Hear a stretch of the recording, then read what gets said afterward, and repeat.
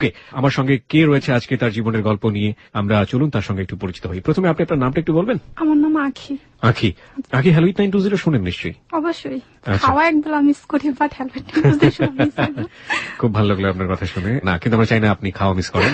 খাওয়া দাওয়া করতে হবে, না, মানে এমনি বললাম। সবকিছু ঠিক রাখতে হবে। খুব ভালো। ওকে, এই যে হ্যালো 920 যেহেতু শোনেন আর আপনি আজকে জীবনের গল্প এখানে বলতে এসেছেন, সে অর্থে আপনি অনেক ভাগ্যবান। তো একটু বেসিক নিয়মগুলো, মানে প্রথমে আপনার সম্পর্কে যদি একটু বলতেন যে আপনার বয়সটা কত, আপনি কোথায় জন্মেছেন, এখন ঢাকায় কোথায় থাকেন, একটু জাস্ট ধারণা যদি আমাদেরকে দিতেন। আমার বয়স হচ্ছে 26 বছর। 26 বছর? জি, চাঁদপুর আমার জেলা। চাঁদপুর। আর ঢাকায় বর্তমানে কোথায় আছেন? যাত্রাবাড়ি। ঠিক আছে, আমরা আপনার জীবনের গল্প শুরু করছি। আপনি কোথা থেকে শুরু করবেন? ছোটবেলা আমার বাবা আমাদেরকে ছেড়ে চলে যায়। কেন চলে যায় সেটা আসলে বলতে পারবো না, আমি শিওর। কয় বোন ছিলেন আপনারা? আমরা 2 বোন 1 ভাই ছিলাম। আচ্ছা, বাবা কি করতেন এই সময়টাতে? বাবাকে কখনো দেখি নাই। কখনো আপনি দেখেননি? না, আমার 12 বছর বয়সের পরে দেখছি। আচ্ছা, ঠিক আছে, তাহলে আমরা শুনি। আমি যখন আমার মাকে সবসময় জিজ্ঞেস করতাম যে মা আমাদের আব্বা কই থাকে, সবসময় বলতে চাইতো আব্বা অনেক ছোটবেলায় রাজশাহী চলে গেছে, ওইখানেই থাকে। তো এটাই জানতাম। আমার বড় বোন ছিল আমাদের সংসারে বড়, আমাদের সংসারের জন্য অনেক কষ্ট করছে, মানে সেই কাজ টাজ করতো, আমাদের সংসারটা ওই চালাইতো। তো এক সময় বোন যখন বড় হলো, আমার মা অনেকে বিয়ে দিয়ে দেয়। বড় বোন, মানে যিনি আপনাদের সংসারটা চালিয়েছে, তাই তো? চালিয়েছে। কি করে সংসার চালাতো? মানুষের বাড়িতে কাজ টাজ করতো, মানুষের কোন বাড়িতে কাজ রকমে। করতো। মা কি করতো? মাও কাজ করতো, মানুষের বাড়িতে কাজ করতো। জি। ভাই কজন ছিল বললেন? ভাই একজন। উনি কি একবারে ছোট ছিল? আমার বড়, বাট উনি একটু সহজ সরল টাইপের। উনি কাজকর্ম করতো না? দায়িত্বশীল না। আচ্ছা, ঠিক আছে, তারপরে আমার মা সবসময় এক বাড়িতে কাজ করতে যাইতো। তো ওই বাড়িতে আমরা খুব ছোট ছিলাম, তো আমরা বাড়িতে বসে হয়তো মানুষ মারবে ইয়া করবে, এই জন্য মা আমাদেরকে নিয়ে যেত সাথে করে। যাদের কাজ করতো তারা খুব রাগ করতো, আপনি নিয়ে আসেন কেন, আপনি যদি বাচ্চাদেরকে নিয়ে আসেন তাহলে আপনারা আইসেন না। ঠিক আছে, বাচ্চাদেরকে রেখে আসবো। তো আমি তো এটা চিনতাম, যেহেতু আমাদের পাশে ছিল। তো একদিন আমি গেছি খাওয়ার সময়, খাইতে দিল, খাইছি। তো পরের দিন দেখছি আমি আবার গেছি সে একই সময়। তো ওই দিন উনি একটু রাগ করলো, আড়ালে গিয়ে একটা ধমক দিল। রাগ করে আমি চুপচাপ এক জায়গায় বসে থাকি, ওনার ধমক খেয়ে। আচ্ছা ঠিক আছে, আমি দুষ্টুমি করবো না, চুপচাপ মায়ের কাছে এক জায়গায় বসে থাকি। মাঝে সময় আবার ওই মহিলা আমাকে একটু কাজের কথা বলতো, যে এই কাজটা করে আনতো, ওই কাজটা করে আনতো। তখন আপনার বয়স কত? খুব ছোট ছিলাম। খুবই ছোট, মানে আপনার জানার মতো আপনি খুবই ছোট। জি। একদিন ওনার একজন যা আসছিল, জি, উনি আমাকে বলতেছে যে এই পিচ্চি, কিছু ধোয়া পালা দিল যেগুলো একটু ধুয়ে আনতো। তারপর আমি ধুইতে গেছি। এখন উনি আমাকে ধোয়া পালা ধুয়ে দেখে খুব পছন্দ হয়েছে। তখন আমাকে মহিলা আগে একটু পটালো, বলে এই পিচ্চি, তুই তো এখানে থাইকা বাপ মায়ের কাছে খুব কষ্ট পাচ্ছিস, তার মানে জামা কাপড় ঠিক মতো পাচ্ছিস না, খেতে পাচ্ছিস না, আমার সাথে চলে যাবি। পটানোর পর আমি রাজি হয়ে গেলাম। ঠিক আছে, বড় লোকের বাসায় থাকবো, ভালো ভালো খাইতে পাবো, জামা কাপড় পাবো। তো মা আমাকে দিতে চাই নাই, যে এত ছোট মেয়ে কাজ করতে পারবে না, দুষ্টুমি করবে। তখন আমি মায়ের সাথে কানাকাটি লাগাইলাম যে না, আমি যাবো। কোথায় ছিল ওনার বাড়ি? হাজীগঞ্জ। হাজীগঞ্জ? হ্যাঁ। দেখা গেল ওইখানে গিয়াও থাকি। তো ওইখানে হয়েছে কি, আমি গ্যাসের চুলার জীবনে কোনোদিন দেখি নাই।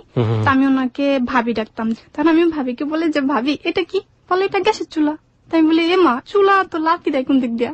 তখন বলে আর বোকা, এটা গ্যাসের চুলা, এটাতে এমনি ম্যাচ দিয়ে আগুন ধরালে এটা ধরে, ফুলের ঝাড়ু দিয়ে ঝাড়ু দিতে দিতেছে। তো আমি বলি এ মা, এটা তো ফুল, এটা তো খেলার জিনিস, এটা দিয়ে আমি ভাঙে ভাঙে খেলতেছি। আর আমাকে বকা দিল। তখন আমি খুব ছোট ছিলাম, কাজ করার মতো তেমন কোনো ইয়া হয় নাই। তো এরকম ভাবে ওইখান থেকে আমি বাড়িতে চলে যাই। আর তখন আমি একটু বড় হলাম, তখন মা আমাকে বলে কি, বাড়িতে থেকে কি করবি, শুধু শুধু দুষ্টুমি করিস। তো আমাদের বাড়ির আমার এক ফুফু দুঃসম্পর্কে, ফুফুরা ঢাকায় থাকে, ওনারা অনেক বড় লোক। আমার মার কাছ থেকে বললে আমাকে বললো যে ঠিক আছে, আপনার মেয়েটাকে আমাদের কাছে দিয়ে দেন, টুকিটাকি কাজ যা পারে মেয়েটা করবে, আমাদের কাছে থাকবে। বড় হলে আমরা যখন বিয়ে টিয়ে দিব তখন আমরা একটু সাহায্য করব। তখন মা রাজি হয়। তো দেখা গেল কি ওইখানে আপনি গেলেন। আপনার সেই সময় বয়স কত? 7 থেকে 8 বছর। 7 থেকে 8 বছর। তার মানে আপনি সেই সময়টাতে লেখাপড়া করতেন না? না। স্কুলেও যেতেন না? না। সামর্থ্য ছিল না আপনার বাবা মার নাকি? ছিল না। ছিল না। তার মানে মা যতটুকু পরের বাড়িতে কাজ করে আনতো আর বড় বোন যতটুকু কাজ করে আনতো, ওটা দিয়ে আপনাদের পুরো সবার সংসার চলতো। কয়জনের পরিবার ছিলেন আপনারা? আমরা তো 2 বোন, 1 ভাই আর আমার মা। তার মানে সব মিলিয়ে 4 জন। এই 2 জন বাসায় কাজ করে করে পুরো সংসারটা চালাতো। আপনারা কেউ পড়াশোনা করতে পারতেন না, এবং আপনাকেও বাধ্য হয়ে আরেকজনের বাড়িতে কাজের মেয়ে হিসেবে যেতে হচ্ছে। গল্পের অনেক বড় একটা প্ল্যাটফর্ম ক্লিয়ার হয়ে গেছে আজকে প্রিয় শ্রোতা। অনুষ্ঠানের শুরুতেই আজকে যে মানুষটির জীবনের গল্প এখানে আমরা তুলে ধরছি, তিনি এই সমাজের লাখ লাখ মানুষের মধ্যে এক বাক্যে এক নামে পরিচিত, যেটা রেডিওতে শুনতে, অন্তত আমার কণ্ঠে শুনতে আপনার খারাপ লাগবে, কিন্তু আপনি বাসা বাড়িতে তাকে এই নামেই চিনে থাকেন। তিনি হচ্ছেন কাজের বুয়া। অনেকেই বুয়া বলে ডাকেন, অনেকে বেটি বলে ডাকে, অনেকেই হয়তো অন্যভাবে ডাকে, ছেড়ি বলে ডাকে, অনেক ধরনের ডাক আছে এদের নিয়ে। কিন্তু যে মানুষটি আজকে এখানে জীবনের গল্প বলতে এসছে, আপনার দৃষ্টিকোণ থেকে সে এইরকম একজন মানুষ। আমরা তাকে তার কর্ম পরিচয় দিয়ে হয়তো বা কাজের বুয়া বলছি। কি তার জীবনের গল্প সেটা আমরা একের পর এক আজকে এখানে আবিষ্কার করব এবং আশা করছি যারা শুনবেন তাদের অন্তরকে ধাক্কা তো দেবেই দেবে, পুরো সমাজটাকেই অনেকখানি ধাক্কা দেবে। আমরা আপনার কাছে ফিরতে চাই, তবে তার আগে বলতে চাই আমাদের আঁখিকে যে কোনো সময় দেখার জন্য আপনি চলে আসতে পারেন আমাদের ফেসবুকে, আমরা ওর ছবি দিয়ে দিব। আমাদের ফেসবুকের ঠিকানা facebook.com/hello8920। আমি আবারও বলছি facebook.com/HELLO8920। ওখানে গিয়ে অবশ্যই লাইক দিতে হবে এবং লাইক দেওয়ার সঙ্গে সঙ্গে আপনি hello 8920 মেম্বার হয়ে যাবেন। ওকে, তারপর যখন ওই বাড়িতে কাজ করতে দিল তখন দেখা গেছে আমার ফুফু আমার সাথে অনেকটা ইয়া করতো। আপন ফুফু নাকি? মানে উনি যিনি আপনাকে কাজের জন্য নিয়ে গেল, হ্যাঁ, সম্পর্কে ফুফু হতো? সম্পর্কে ফুফু হতো। আচ্ছা। কাজ করতে পারতাম না তো ঠিক মতো, খুব ছোট ছিলাম। দেখা গেছে কাজের ভুল হইলে আমাকে খুব মারতো ধরে। দেখা গেছে আমাকে চাল বাঁচতে দিচ্ছে, চালে যদি একটু মানে যে কালো চালগুলা থাকতো, একটা চাল থাকলে একটা থাপ্পড় খাইতে দিত। মাঝে মাঝে আবার দেখা যেত খাওয়ায়ও খুব কষ্ট দিত। এরপর হইলো কি একদিন আমি সারাদিন কাজ করছি, রাতের বেলায় কাজটা শেষ করে ঘুমিয়েছিলাম রান্নাঘরে। এরপরে আমার ফুফু করলো কি তারা কোন এক সময় উঠছে, উঠা ভাতটা খাইয়া তারা নিজেরা ঘুমিয়ে গেছে, আমাকে আর ডাকেও নাই, খাওয়া দেয় নাই। তো পরের দিন সকালবেলায় ফুফু করলো কি ডাক্তারের কাছে চলে গেল, আর আমি তো সারা রাত না খেয়েছিলাম। এরপর সকালবেলা প্রায় বেলা 12টা বাজে গেছে, তখন তো আমার খুব খিদে লাগছে। আমি করছি কি রুমে গিয়ে ওনাদের বিস্কুটের পটে থেকে চুরি করে একটা বিস্কুট এনে খাইছি। তখন বিস্কুটটা খাওয়া শেষ না হইতে হইতেই ফুফু চলে আসছে। চলে এসে পরে আমাকে দেখলো, কি তোর এত বড় সাহস, চুরি করে খাচ্ছিস, বেয়াদব মেয়ে, মানে খুব বকা টকা দিল। ফুফাতো ভাই ছিল একজন, নামটা আমি বলছি না, সেই ফুফাতো ভাইকে দিয়ে আমাকে এমন মারা মারছে ভাইয়া, ওই যে বেতের ব্যাট যেগুলা, তখন আমার খালি পিঠে পুরা দাগ হয়ে গেছে। তারপর একদিন ওনার একটা ফুফাতো বোন আসলো, নামটা ওনার বলছি না। আগে আমি ছোটবেলায় তো মানে কোনো হদিস বদিস ছিল না, তো জামা পরলে জামা চেন আটকাতাম না পিছন দিয়া। তারপর উনি আমাকে বলে যে এই আক্কু, কিরে তুই জামার চেন আটকাস না কেন? এভাবে বলতো, নাম না বলে বলতো আক্কু। হ্যাঁ, এমনি বলতো, তুই জামার চেন আটকাস না কেন? পিঠে যে ব্যথা এটার বলি না। আমি বলি কি এমনিতেই চেন লাগু পাই না। বলে ঠিক আছে আমার কাছে, আমি আটকে দিই। জামার চেনটা আটকাতে গিয়া উনি আমার পিঠে এমনি করে হাত দিল। আমি তখন বুঝতে পারি যে আমার পিঠে যে আমাকে মারছে। এরপর আমাকে বলে যে কিরে তোর পিঠে গুলা কিসের দাগ? কান্দে দিচ্ছি, মানে চোখের পানি পড়তেছে, কিছু বলি না। তখন বড় বোন ছিল একটা আপা, ওই আপাকে জিজ্ঞেস করে যে কিরে আখির পিঠে এগুলা কিসের দাগ? বলে তারাই জিজ্ঞেস করেন, চুরি করে খাইলে তো শাস্তি পাইতেই হবে। কিরে তুই কি চুরি করে খাইছস? তখন আমি বললাম আড়ালে গিয়ে। বলে কি একটা বিস্কুট খাওয়ার জন্য তোকে এভাবে মারলো? মারতেই পারে স্বাভাবিক। বলে এইভাবে? আমার তো বিশ্বাস হচ্ছে না যে এই কাজের জন্য তোকে এভাবে মারবে। আরেকদিন হলো কি, একদিন আমাকে ভাত রান্না করতে দিচ্ছে, আমি করছি কি ভাত বসেছি, তখন ভাত একটু কম সিদ্ধ হয়েছে। সিদ্ধ হওয়ার কারণে আমি ভাতে মার গেল ফেলছি। এখন আমাকে বকা দিতেছে, বলে এত বড় হইছস এখনো ভাতে মারটা ঠিক মতো গালতে পারস না, কি কাজ করস আজকে, এতদিন ধরে কাজ করস তুই? এটা বলে 2-3টা থাপ্পড় মারলো। তখন আমি করছি একটা ঝাড়ি মেরে, বলে জাপা আমাকে কিভাবে মাইরেন না তো, এটা ঠিক করতেছি তো। এটা আমি একটু ঝাড়ি মেরে কেন বললাম, আমাকে ওই ভাইয়া খুব মারে আইসা। তখন মারলে আবার জোরে জোরে কান্নাও করা যাবে না, চারপাশের মানুষ না শুনে, সেজন্য। তো আমি করছি কি এক দেয়ালের কাছে দাঁড়িয়ে দাঁড়িয়ে খুব কান্না করতেছি। তারপর আমাকে জিত করে অনেকবার বলছে যে এই থাম, চিল্লাবি না, চুপ, একদম চুপ। কি আমাকে করে কি অনেক জোরে একটা থাপ্পড় মারে। থাপ্পড় মারলে আমি কপালে একটু ব্যথা পাই। তখন আমি চোখের পানি মুছতেছি আর কাঁদতেছি। যে তখন ওনাদের আবার কারখানা ছিল, কারখানায় অনেকগুলো ছেলে কাজ করতো। সবগুলো ছেলে আমার দিকে মানে হা করে তাকিয়ে রয়েছে, কিছু বলে না। তখন আমি বলি দুধ ছেলেগুলো আমার দিকে ভেবে কেন তাকিয়ে রয়েছে, ঠিক আছে আমি এখান থেকে চলে যাই। এটা বলে আমি নিচের দিকে তাকাইয়া চলে যাচ্ছি। তখন আমি বুকের দিকে তাকিয়ে দেখি মানে এমনি এমনি মুছছি তো চোখের পানিগুলো, আমার বুক পুরো ভাইসা গেছে, মানে রক্তে কপাল ফাইটা যে রক্ত পড়ছে। আমি তো রক্ত দেখে মানে খুব ভয় পাইছি, আরো জোরে চিল্লে চিল্লে কাঁদতেছি। এরপর সে ভাইয়াটা আমাকে করলো কি সবার সামনে থেকে টান দিয়া তার রুমে নিয়ে যায়, রুমে গিয়ে দরজা আটকে দেয়। তারপর আমি আরো জোরে চিল্লে কাঁদতেছি।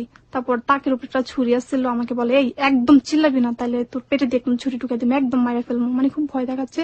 আমি মানে কান্নাগুলো হজম করতে খুব কষ্ট হইতো, মানে আমার উপরে এত টর্চারিং করতো। তো একবার হয় কি, আমার একজন কাকা সৌদি আরবে থাকতো, ওখান থেকে আসছে। কাকা তো নিজের ভাইয়ের বেটি।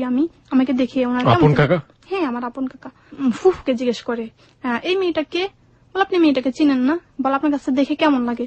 না দাঁড়ান, যেটা হচ্ছে যে ফুফু তো আপনার আপন ফুফু ছিল না, না ফুফু সম্পর্কে ফুফু ছিল, আমার কাকা আপন কাকা ছিল। ওই ফুফুর বোনকে আমার আপন কাকা বিয়ে করছে, ওই হিসাবে। ওকে, আচ্ছা ঠিক আছে, এক ধরনের সম্পর্ক আছে। আচ্ছা, তারপর এই মেয়েটাকে দেখে কেমন জানি মায়া মায়া লাগে, কেমন জানি লাগে, মানে খুব মায়া লাগছে মেয়েটার জন্য। বলে আপনি মেয়েটাকে চিনেন না? বলে কোত্থেকে চিনবো? বলে ও তো আপনার মতিন ভাইয়ের মেয়ে। আপনার বাবার নাম ছিল মতিন? আমার বাবার নাম ছিল মতিন। ওকে। কি বলেন, ও আমার বড় ভাইয়ের মেয়ে, বলে এই জন্যই তো মেয়েটার মুখের দিকে তাকাইলে এত মায়া লাগে। তারপর কাকা আমাকে একদম কোলে নিল, খুব আদর করলো। কাকা আমাকে খুব আদর যত্ন করতো এখানে যতদিন ছিল। তো একদিন আমাকে করে কি, কাকা আমাকে আদর করে আমার গলায় বিদেশ থেকে জানছে ছোট একটা চিকন একটা চেইন আমার গলায় দিয়ে দেয়, বলে ঠিক আছে আজ থেকে এটা তোর। তো এটা আমার গলায় কতদিন ছিল। তো ফুফু আমাকে বলতো কি, এই তুই এইটা গলে দিয়ে রাখছস, তুই যে দোকানপাটে যাস, যদি কেউ কোনো ছিনতাইকারীটা তোকে দুই গালে দুই চরমাইরা টান দিয়া চেনটা নিয়ে যায়, এগুলো বলে আমাকে ভয় দেখাইতো। তো চেনটা খুলে আমার কাছে দিয়ে দে, আমি রাখি। তারপরে বাড়িতে যখন যাবি, গেলে যাওয়ার সময় আমি তোকে এটা দিয়ে দিব। বাড়ি যাওয়ার প্রসঙ্গ যদি চলে আসলাম, একটু জানতে চাই কতদিন আপনি ওখানে ছিলেন? ওখানে অনেক বছর ছিলাম। ফার্স্ট বাড়ি গেলেন কবে? ওখানে আসার পরে কয় মাস পরে? 2-3 বছর পরে পরে বাড়িতে যাইতো, ঠিক মতো যাইতো না বাড়িতে। ওইখানে ও গেলে আপনাকে নিয়ে যেত, এর আগে আপনার যাওয়ার কোনো পারমিশন ছিল না? আপনার মা কবে কবে দেখা করতে যেত, কতদিন পর পর? যাইতো না মা, মার সাথে দেখা হইতো না। প্রথম কবে গিয়েছিলেন বাড়ি ওখানে আসার পরে? প্রায় 2 বছর পরে যাওয়া হয়েছে। প্রায় 2 বছর পরে, তার মানে 2 বছরের মধ্যে ঘটনাগুলো ঘটছে যেগুলো আপনি বলছেন। ওকে, শুনি তারপর। ফুফু আমাকে বলতেছে যে চেনটা আমার কাছে খুলে দিয়ে দে, বাড়িতে যাওয়ার সময় নিয়ে যাবি। তারপরে দিয়ে দিলাম। কয়েকদিন পরে ফুফু আমাকে একদিন রুমে ডাক দিয়ে নিয়ে বলে যে, আখি তো তুই যদি আমার কাছে সব সময় থাকস, তুই যখন বড় হবি তখন তোকে বিয়ের সময় আমরা অনেক সাহায্য করব, টাকা টুকা দিব, আর তোকে আমি অনেক স্বর্ণের চেন, তারপর চুরি টুরি এগুলো হাবি জাবি বানিয়ে দিব। আর তোর কাকা তোর যে চেনটা দিছে, ওই চেনটা তোর কাকি নিয়ে গেছে। তখন আমি খুব মন খারাপ করি যে স্বর্ণের চেনটা আমাকে কাকা দিল ভালোবেসে, কাকে নিয়ে গেল। তখন আমি বলি আচ্ছা ঠিক আছে। তারপর বলে যে বাড়িতে গেলে তোকে আবার দিবে পরে, এটা বলছে। তারপরে একবার বাড়িতে গেলাম, মা আমাকে জিজ্ঞেস করে, আখি তোরে নাকি তোর কাকা একটা চেন দিছিল, চেনটা কই রে?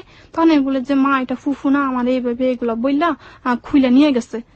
পরে এই চেনটা নিয়ে তাদের সাথে অনেকটা মানে কথা কাটাকাটি হয়, আমি আর ওখানে যাই না। মাকে বলতাম যে মা এরকম তারা আমার সাথে টর্চারিং করে, তারা আমাকে খুব মারে। তখন মা বলতো কি বাড়িতে থেকে কি করবি, মার কাছে যদি থাকতি তো আমি কি তোরে মাঝে সময় মারতাম না। মা এগুলা বলতো, এগুলো বলে ঠেলে ঠেলে আমার খালি আবার পাঠাইতো, যাইতে হইতো বাধ্যমূলক, কি করব। এই যে আপনার 7 বছর বয়স, সেই সময়টাতে আপনি কোন ধরনের খেলাধুলা বা কোনো কিছু এগুলোর সঙ্গে কি কোনো জড়িত ছিলেন? লাইক থাকে না এই সময়টাতে খেলাধুলার সাথে থাকে, হ্যাঁ না ওইখানে কারোর সাথে মিশতে দিত না। আপনার যখন হাতে কাজ থাকতো না তখন আপনি কি করতেন? অবসর কখনো পাইতে হইতো না, দেখা একটু অবসর যখন আপনার একটু ডেইলি রুটিনটা একটু শুনি। আপনি ঘুম থেকে ওঠার পরে কিভাবে কিভাবে কাজ করতেন, কতক্ষণ কাজ করতেন, তারপরে কখন ঘুমোতে যেতেন, একটু জাস্ট একটু বলবেন? ভাইয়া তাদের বাসায় অনেক মানুষ ছিল, কারখানায় কত মানুষ কাজ করতো, তারপর তাদের বাসায় মেহমান ছিল বেশি, এতগুলো মানুষের রান্না করতো জানেন। তারা করতো কি, হলুদ মরিচ আছে না, এগুলো বাইটা খাইতো, এগুলা আমার বাড়তে হইতো। তখন করতো কি, ভোর রাতে আমাকে ঘুম থেকে উঠে দিত, আর কতগুলা মরিচ আইনা দিত, বলতো এগুলা বাড়তে হবে। তো দেখা গেছে মাঝে সময় যে 2-1টা বিচি থাকতো না, হা করে খাওয়াই দিত, বলতো এগুলো তোকে খাইতে হবে, বাড়তে পারস না কেন। দেখা গেছে অবসর সময় থাকলে চাইল বাঁচতে দিত, অবসর কখনো থাকতে দিত না। রাতে কয়টায় ঘুমোতে যেতেন? দেখা গেছে কারখানায় প্রতিদিন 10 জন 11 জন 12 জন এরকম ভাবে হইতো। এতগুলো মানুষের ধোয়া পালা কি কম ছিল? এগুলা তো ধুইয়া আমার ঘুমে দিত, প্রায় রাত্রে 1টাও বাজতো, আবার দেরি হলে আবার মারতো। একদিন এক হাউজের পাশে বসে বসে আমি ধোয়াপালা করতেছি, তো হাউজের ভিতরে মাগুর মাছ আছে না, মাগুর মাছ জিয়ে রাখছে। তো আমি করছি কি, ঘুমে ঝুটে ঝুটতে সে হাউজের ভিতরে পড়ে যাই, চিৎকার করি, চিৎকার করলে ফুফু এসে আমাকে এমন মারে, বসে বসে ঘুমাইতেছিস, কাজ করতেছিস না ঠিক মতো, এত রাতে এতগুলো মানুষ কেন উঠতে হইলো তোর জন্য। পরে একটা ফুফাতো ভাই ছিল বড় ভাই বলে কি, তোদের কোনো বিবেক বিবেচনা নাই, এই মেয়েটাকে এতগুলো ধোয়া পালা তোরা একসাথে দিছিস ধুইতে, তোরা কারে কেউ একটু সাহায্য করতে পারলি না, মেয়েটা এখন পড়ে গেছে ঘুমের ভিতরে হাউসের ভিতরে, তার ভিতরে তোরা এমন করছিস কেন, মেয়েটার সাথে মারছিস কেন ওইভাবে। কেউ কি আদর করতো ওই ফ্যামিলিতে? আদর কেউ করতো না, তবে ওই বড় ভাই যিনি ছিল উনি কখনো মারতো না। ওই পরিবারে কি কোনো ছোট ছেলে মেয়ে ছিল আপনার বয়সী? না, ছিল না। আপনার বয়স তখন 7 বছর? 7 বছর 8 বছর। আচ্ছা, এবং বাড়ি আসলে মা বলতো যে আমিও তো মারধর করবো, কি করবি, যা ওখানে চলে যা, তারপরে ওখান থেকে আবার ওখানে চলে যেতেন। ওকে প্রিয় শ্রোতা, আমরা মোটামুটি সিনপসিস সারাংশ আবিষ্কার করে ফেলেছি জীবনের গল্পের আজকে, কিন্তু প্রশ্ন হচ্ছে এই গল্পটা রাত 2টো পর্যন্ত যাবে এবং এই গল্পের যে বাঁক, সে বাঁক কাউকে কাউকে আজকে চাবুকাহাত করবে বিবেকের জায়গাটাতে। আমরা এরকম খবর হরহামেশাই পত্রপত্রিকায় দেখে থাকি, রেডিও টেলিভিশনে দেখে থাকি, শুনে থাকি। কাজের মেয়ের ছবি দেখেছি এবং কাজের মেয়ের ছবি দেখার পর আমরা আটকে উঠেছি যে এই মানুষটাকে এতদিন ধরে এমন ভাবে নির্যাতন করা হয়েছে, এটা কি আদৌ একজন মানুষের পক্ষে সম্ভব? যিনি নির্যাতন করছেন তিনি হয়তোবা কোনো সুশীল সমাজের একজন রিপ্রেজেন্টেটিভ, প্রতিনিধি, কিংবা কোনো বিশ্ববিদ্যালয়ের শিক্ষকের বউ, কিংবা বড় কোনো পুলিশ কর্মকর্তার ওয়াইফ, কিংবা সরকারি পদস্থ উচ্চ কর্মকর্তার একজন স্ত্রী, কিংবা তিনি নিজে। আমি যাদের কথা বলছি আসলে একটা এক্সাম্পল দেওয়ার জন্য বলছি, আসলে সবাই যেরকম করেন তা কিন্তু না, বাট যারা করেন তাদের কাছ থেকে এই ধরনের ব্যবহার টোটালি আনএক্সপেক্টেবল। কিন্তু প্রশ্ন হচ্ছে কি ধরনের ব্যবহার হয়, কতটুকু নির্যাতনের শিকার হয় এই বাসাতে যারা কাজ করেন, কাজের মেয়েরা। ও তো শুধুমাত্র শুরু করেছে, শেষটা কোথায় গিয়ে থাকে আপনি একটু কান পাতলেই, রাত 2টো পর্যন্ত আমাদের সঙ্গে থাকলেই বুঝতে পারবেন। আমরা ছোট্ট একটা বিরতি নিচ্ছি ক্লোজ আপ প্রেজেন্স হ্যালো 8920-তে। ঠিক 3 মিনিট পর আমি আবারও ফিরে আসবো আজকের বন্ধু আকিকে সঙ্গে করে। আর ওকে দেখতে চাইলে আপনি চলে আসতে পারেন আমাদের ফেসবুকে। আমাদের ফেসবুকের ঠিকানা facebook.com/hello8920। আবারও বলছি facebook.com/HELLO8920। ওখানে যাবেন, যাওয়ার পর আপনি লাইক দেবেন। লাইক দেবার সঙ্গে সঙ্গেই আপনি হ্যালো 8920 মেম্বার হয়ে যাবেন। 3 মিনিট পরে ফিরছি। Close Up presents Hello 8920. Close Up. The closer, the better. প্রথম দেখা, ভালো লাগা, সেই থেকে কি ভালোবাসা? কিন্তু কখনই যাওয়া হয়নি পছন্দের মানুষটির কাছে, খুলে বলা হয়নি মনের কথাটি। ওকে, অল রাইট, মনের মানুষের কাছে যেতে চাইতো কনফিডেন্স, তাই না? সেই কনফিডেন্স নিয়ে এলো জিঙ্ক মাইক্রোশাইন ক্রিস্টাল সমৃদ্ধ ক্লোজ আপ ডিপ অ্যাকশন। তাহলে এখনই নিন ঝকঝকে সাদা দাঁত আর সতেজ নিঃশ্বাসের কনফিডেন্স পুরো 12 ঘন্টা পর্যন্ত। সো গেট রেডি, কারণ কাছে যাওয়ার সুযোগ আসতে পারে যে কোনো সময়।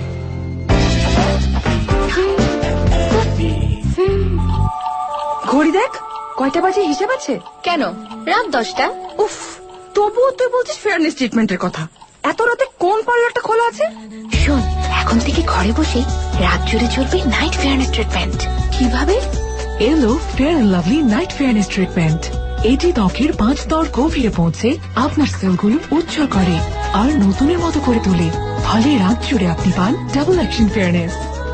নতুন fair and lovely night fairness treatment. যারা শুনেছিস কি?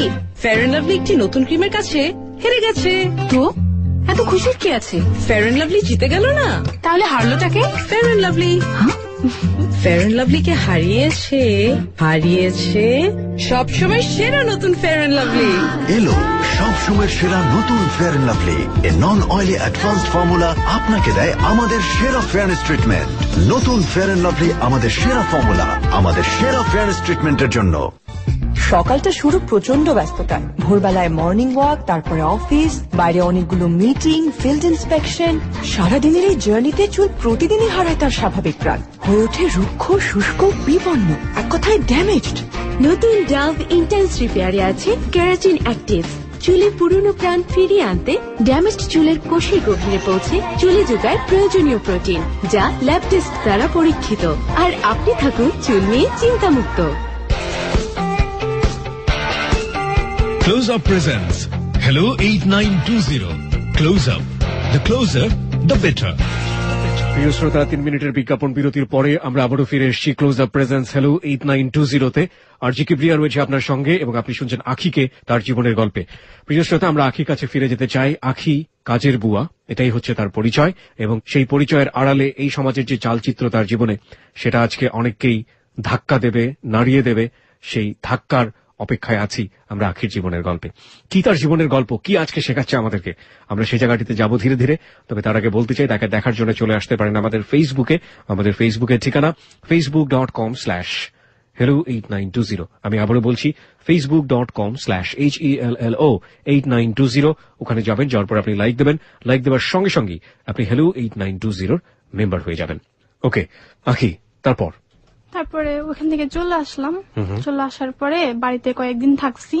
তখন আমার বাড়িতে যারা আমার সমান যারা আছে তারা সবাই স্কুলে পড়াশোনা করতেছে, আমার দেখে খুব ভালো লাগতেছে। তখন আমারও ইচ্ছা হলো যে আমিও স্কুলে ভর্তি হই, আমার পড়ালেখা করতে খুব ইচ্ছা করে। মাকে বলে যে মা, আমি স্কুলে পড়তে ভালো লাগতেছে, আমি স্কুলে যাবো, আমার স্কুলে ভর্তি করে দেন। আচ্ছা ঠিক আছে যাবি, এটা বলে মা আর বেশি একটা করে না। আমি করি, আমার একটা কাজিন আছে, ওই বোনের সাথে স্কুলে যাই। স্কুলে গেলে একদিন আমি স্যারের সাথে কথা বলে, প্রাইমারি স্কুল তো ওই সময়টা তেমন ছিল, 5 টাকা 10 টাকা দিলে স্কুলে ভর্তি করে নিত। তো আমি করছি কি, আমার মায়ের ঘর থেকে একদিন 10 টাকা নিয়ে স্কুলে ভর্তি হয়ে গেছি। তো আমি স্কুলে আসা যাওয়া করতেছি। চুরি করে? হ্যাঁ, চুরি করে। আচ্ছা, মার কাছ থেকে চুরি করে নিয়ে আপনি নিজে স্কুলে ভর্তি হয়ে গেলেন? স্কুলে ভর্তি হয়ে গেলাম। আচ্ছা, এটা কি প্রাইমারি স্কুল ছিল? প্রাইমারি স্কুল ছিল। ওকে। 1 মাসের মতো গেছি। তারপরে একদিন আমার মা স্কুলে আমার জন্য একটা মেয়েকে পাঠায়, বলে আখি তোর মায় বলছে তাড়াতাড়ি এখনো কি জন্য বাড়িতে এসে বসে রয়েছে, তোদের মেহমান আসছে, তাড়াতাড়ি তোকে বাড়িতে যেতে হবে। স্যার কাছ থেকে বইলা ছুটি নিয়ে তাড়াতাড়ি আমি বাড়িতে চলে আসছি। চলে এসে দেখি যে আমাদের ঘরে একজন লোক বসে আছে, উনি আমাকে কোন এক জায়গায় মানে কাজে দেওয়ার জন্য আর কি বলতেছে। তখন আমার এত খারাপ লাগে যে আমি স্কুলে পড়তেছি, আর আমার এত শখ ছিল আমি অন্তত ক্লাস 5 পর্যন্ত পড়বো, তারপরে না হয় না হলো। তারপরে মা বললো কি মেয়েরা পড়ালেখা করে কি করে, বিয়ে দিয়ে দিমু, পরের বাড়িতে চলে যাবো, ওই হাড়ি পাতিল এক পাতিলে মাছ তৈব, আর ছেলেদেরকে যদি কষ্ট করে মানুষ করি তাহলে ছেলেরা আমাকে বড় হইলে রুজি করে খাওয়াবে, ছেলেদের সাপোর্ট করে। তখন মা আমাকে করলো কি ওই বাসে দিয়ে দিল আরামবাগে। ওখানে উনি ছিল স্কুলের শিক্ষক, আন্টি যাকে বলতাম ম্যাডাম, উনি ওই স্কুলের টিচার, দুজনে চাকরি করতো। তারপরে ওইখানে মা করি আমাকে স্কুলের বইটই সুদ্ধা পাঠিয়ে দেয়, বলে যে ওইখানে যখন যাবি তার তো স্কুলের মাস্টার তোকে ফ্রি এমনি পড়াইতে পারবে, বই খাতা নিয়ে যা। তো ওইখানে আমি বলি যে মা আপনি যে আমাকে ওইখানে বই খাতা নিয়ে পাঠান, ওইখানে গেলে তো কাজই করাবে, আমাকে কি পড়াবে? বলে তুই যাই দেখো না তারা কত ভালো মানুষ, এটা বলে পাঠায়। তো কিসের আবার পড়ালেখা, কিসের আবার কি, তারা কাজে করতে হয়েছে। তো দেখা গেছে তাদের বাসাটা এমন ছিল, আন্টি চলে যেত সকাল 8টায়, আর মামা যাকে বলতাম সে হচ্ছে যাইতো বেলা 12টায়। ভাইয়া সুদ্ধা ওনার ছেলে ছিল, বড় ছেলে। তো ওনাদের ছোট একটা ছেলে ছিল, উনি ক্লাস 1-এ মনে হয় পড়তো, ওর নাম ছিল ফাহিম। তো আগে দেখা যেত কি মামা যাইতো স্কুলে আনতে ফাহিমকে, পরে এখন টোটালি উনি যায় না, উনি বাসে থাকে আর ওনার ছেলেকে পাঠায় স্কুলে ফাহিমকে আনতে যাইতে। তো এরপরে হলো কি উনি সবসময় আমাকে মানে লোভ দেখাইতো কেমন, যেমন আমি আমার ফুফুর বাসায় যে আমাকে এভাবে টর্চারিং করতো, আমি একদিন ওনাকে বললাম সে আন্টিকে যে আন্টি আমি যখন আমার ফুফুর বাসায় কাজ করি ফুফু আমাকে এমন এমন কষ্ট হইতো। বলার পরে উনি এত মানে পুরো চোখের পানি চলে আসে আর আমাকে জড়ায় ধরে বলে যে ঠিক আছে তোকে এত কষ্ট হইতো, আচ্ছা ঠিক আছে তুই আমার কাছে থাকিস, আমি তোকে বড় হইলে পুরো খরচ দিয়ে বিয়ে দিয়ে দেবো। আমার মেয়ের খুব শখ ছিল, আমার কোনো মেয়ে হয় না, আমার 2টা ছেলে, তুই আমার কাছে ছোটবেলা থেকেই বড় পর্যন্ত থেকে যা। খুব আদর করলো উনি, আমিও রাজি হয়েছি ঠিক আছে থাকবো। তো এই কথাগুলো তো ওনার হাজবেন্ডের সামনেই বলতো। তো মামা করতো কি আমাকে এই কথাগুলো আবার রিফ্লাই করে বলতো যে তোর খালাম্মা তোকে বলছে না আমাদের এখানে থাকলে অনেক আদর করবো, তোকে বিয়ের সময় সাহায্য করবো, এগুলা বলতো। বললে আর একদিন আমাকে এত একটা খারাপ কথা বলে ভাইয়া, মানে কি বলবো, খুব একটা বাজে কথা বলে। কে বলে এটা? মামা। দেখা গেছে আমি কাপড় ধুইতেছি, উনি ফট করে বাথরুমে ঢুকে যায়, ঢুকে গিয়ে মানে আমার দিকে কেমন ভাবে জানি তাকিয়ে থাকে। তখন আমি বলি মামা কি কিছু বলবেন, কিছু ধুইতে হবে? বলে তোকে একটা কথা বলার ছিল, আমার কাছে একটু আয় কথা শুন। তখন আমি বলি যে আচ্ছা ঠিক আছে গেলাম। যাওয়ার পর দেখলাম কি উনি মানে আমার সাথে একটা আচরণ করলো, আচরণটা আমার পছন্দ হলো না। তখন আমি মানে খুব ভয় পাই, খুব একটা খারাপ আচরণ করলো। তো দেখা গেল কি এভাবেই শুনি সবসময় আমার সাথে এরকম করতে যেত। তো খারাপ আচরণ বলতে আপনি কি বোঝাচ্ছেন যে এমন ধরনের আচরণ যেটা আলটিমেটলি আপনার জন্য বলাটা খুব মুশকিল হচ্ছে? প্রিয় শ্রোতা আপনারা বুঝে নেবেন, ওর জায়গাটা থেকে ওকে যেভাবে আমরা এক্সপ্রেস করতে দিচ্ছি সেটা সবাই। মামার বয়সটা কত ছিল সেই মুহূর্তে? মামার বয়স অনেক ছিল। মানে যে মামার বাসায় আপনি কাজ করছেন সেই মামাই আপনার সাথে এই ধরনের আচরণ করলো। আপনাকে ডেকে নিয়ে কি ধরনের কথা বলেছিল? যে তোকে আমরা সুন্দর সুন্দর জামা কিনে দিব, তোকে চুরি করে না কিনে দিব আমাদের এখানে থাকলে, মানে এগুলো বলে আমাকে শুধু লোভ দেখাতো, মানে কিনে দিব। সেটার জন্য উনি আপনার সাথে অবৈধ কোন ধরনের কাজ করতে চাইতো, তাই তো? সেদিনের সেই ঘটনা, তারপরে আপনি কি বলছিলেন বলুন। তারপর এভাবে করতো প্রায় সময়। আমি নিজেকে করতাম কি ভাইয়া সেফ রাখতে যেতাম। সেফ রাখতাম কিভাবে, বড় ভাইয়া যখন স্কুলে চলে যেত তার আগে টেবিলে সব খাওয়া টাওয়া দিয়ে দিতাম, মানে যাতে আমাকে কোন রকমের না ডাকতে হয়, ঠিক আছে? এইভাবে সব কাজ বাইরে রেখে আমি করতাম কি ভাইয়া যখন চলে যেত স্কুলে ফাহিমকে আনার জন্য, তখন আমি ফট করে বাথরুমের ভিতরে ঢুকে যেতাম কাপড় চোপড় ধোয়ার জন্য, যেতাম উনি আমাকে না ডাকে। তো একদিন উনি করলো কি বাহিরে গিয়া উনি নিচে কলিং বেল দিচ্ছে, কলিং বেল দিয়া দরজা আবার আটকাইয়া আমার বাথরুমের দরজার সামনে এসে বলে কি এই পিচ্ছি দরজাটা খোল না, দেখ না কে আসছে। তখন আমি দরজাটা খুলে দেখেছি বাসায় কেউ না, উনি। তখন উনি বলে তুই অনেক চালাক হয়ে গেছিস না বাবা, এত ছোট মেয়ের এত জ্ঞান মাথায়, ভালোই তো নিজেকে সেভ রাখতে পারস। তো এরকম উনি প্রায় সময় খারাপ আচরণ করতে চাইতো। দেখা গেছে আমি ছোট ছিলাম বলতে তেমন কিছু হইতো না, তবে মানে মাঝে সময় মানে জড়াইয়া ধরতো, গায়ে হাত দিত। শরীরের যেসব জায়গাগুলোতে হাত দেওয়াটা অনুচিত সেই সব জায়গাগুলোতে সে হাত দিত, তাই তো? এবং ছোট বলে আপনি যেটা বলছেন আমরা বুঝতে পেরেছি। প্রিয় শ্রোতা, আপনারা নিজেরাও অনেক জ্ঞানী। আমরা যে বারবারই চাইল্ড সেক্সুয়াল অ্যাবিউজ বলে যে ব্যাপার শব্দটা আমরা এখানে ব্যবহার করি, এবং সেটা নিজের ঘরের কাজের মেয়ে থেকে শুরু করে এটার ব্যাপ্তি শিশুদের উপরে কত মারাত্মক এবং কারা এই ধরনের আচরণগুলো করেন, যারা শুনছেন তারা অনেক বেশি সচেতন হবেন আজকের এই জীবনের গল্প থেকে। সমাজ পাল্টে যাবে না রাতারাতি, এটা আমরা বিলিভ করি, কিন্তু একজন মানুষকেও যদি আমরা সচেতন করতে পারি, সেটা হলো 920 এবিসি রেডিওর এবং আমাদের যে টিম, সেই টিমের অনেক বড় একটা সাকসেস। আমরা সেটাকেই অনেক বড় একটা সাফল্য মনে করতে চাই। চলুন, তারপর কি করতে? হ্যাঁ, সবকিছু দিয়ে আসতে, মানে যে কাজগুলোর জন্য আমাকে ডাকবে, যেমন ওনার লুঙ্গি দিয়ে আসতে হবে, গোসল করতে যাবে, প্যান্টের আগে দিতে হবে, ইস্ত্রি দিতে হবে, যদি ওনার শার্টটা ইস্ত্রি করতে হয়, তাহলে এগুলো সবকিছু আমি ওনার হাতের কাছে রাখতাম, যাতে কোনো কারণে আমাকে না ডাকে এরকম। এরপরে দেখা গেছে আমি একদিন ওনাকে একটু ভয় দেখায় বলি যে দেখুন আপনি আমার সাথে এরকম করতে চাচ্ছেন, আমি কিন্তু আন্টিকে বলে দেবো বলছে। পরে উনি বলে, এই কি বলিস, আমি তোকে তেমন কিছু করছি না, কিন্তু কিছু করছি। তখন বলে, আমি বলছি আপনি কিছু করেন না। বলে, এটা কি কোনো ব্যাপার হলো, এই তোদের মতো ছোট ছোট মেয়েরা, এইটা আবার বলার কি আছে। তো উনি খুব ভয় পেয়ে যায়। তারপর আমাকে বলে যে আমি তোকে অনেক কিছু দিব, অনেক জামা কাপড় কিনে দিব, তোকে টাকা দিব, অনেক বেশি টাকা দিব, প্লিজ তোর আন্টির কাছে এগুলো বলিস না। আপনি একটু আগে বলছিলেন উনি স্কুলের টিচার ছিল? হ্যাঁ, স্কুলের টিচার। উনি দুজনই স্কুলের টিচার, দুজনই স্কুলের শিক্ষক ছিল, তাই তো? আপনি আমাকে একটু বলবেন যে উনি আসলে কি ধরনের স্কুলের টিচার, লাইক প্রাইমারি অথবা হাই স্কুল অথবা কলেজ? আসলে এটা আমি জানি না। এটা আপনি জানেন না, কিন্তু স্কুলের টিচার ছিল উনি। উনি আসলে ওনার বাসায়ও টিউশনি করতো, বাসায় অনেক বড় বড় ভাইয়ারা আসতো, যারা আপনার চেয়ে অনেক বেশি বয়সে বড়, অনেক বড়, যারা মনে করেন কলেজে পড়ে তারাও। যেটা বললাম না যে চপেট আঘাতটা আসলে কোন দিক থেকে আসে সেটা খুব বলা মুশকিল। একজন শিক্ষকের আচরণ দেখুন। ওকে, তারপর? প্লিজ তোর আন্টিকে বলিস না। আমি আর বলি নেই, আন্টিকে বলি নেই, ঠিক আছে, বলবো না। তারপর আমার মনে আর কি ছিল যে আমি এখানে থাকবো না, এখানে থাকলে শুধু শুধু এভাবে আচরণ। আপনি অন্য কাউকে বলতেন? লাইক আন্টিকে বলতে পারছেন না, মাকে বললেন বা অন্য কাউকে বললেন, পরিবারের অন্য কোনো সদস্য? পরে বলছি, ওই সময়টাতে আপনি কাউকে পেতেন না? বলতে পারে, বলার কেউ ছিল না তো। আচ্ছা। তারপরে একদিন আমাদের বাড়ির পাশে, মানে যে দাদু আমাকে ওই বাসায় কাজে দিল, ওনার ছেলে একদিন ওই বাসায় গেছে বেড়াইতে, ওনাকেও মামা বলি। তো মামা বাসায় গেছে বেড়াইতে, তখন আমি ওই আন্টিকে বলি, তখন ওই যে মানে জ্যৈষ্ঠ মাসে না জানি কি মাসে যে ছুটি দেয় না, যে আম কাঁঠাল পাকে যখন, মানে তো ওই সময় একটা ছুটি হয় না স্কুলে, তো ওই ছুটির সময় আর কি ওনারা যাবে বাড়িতে।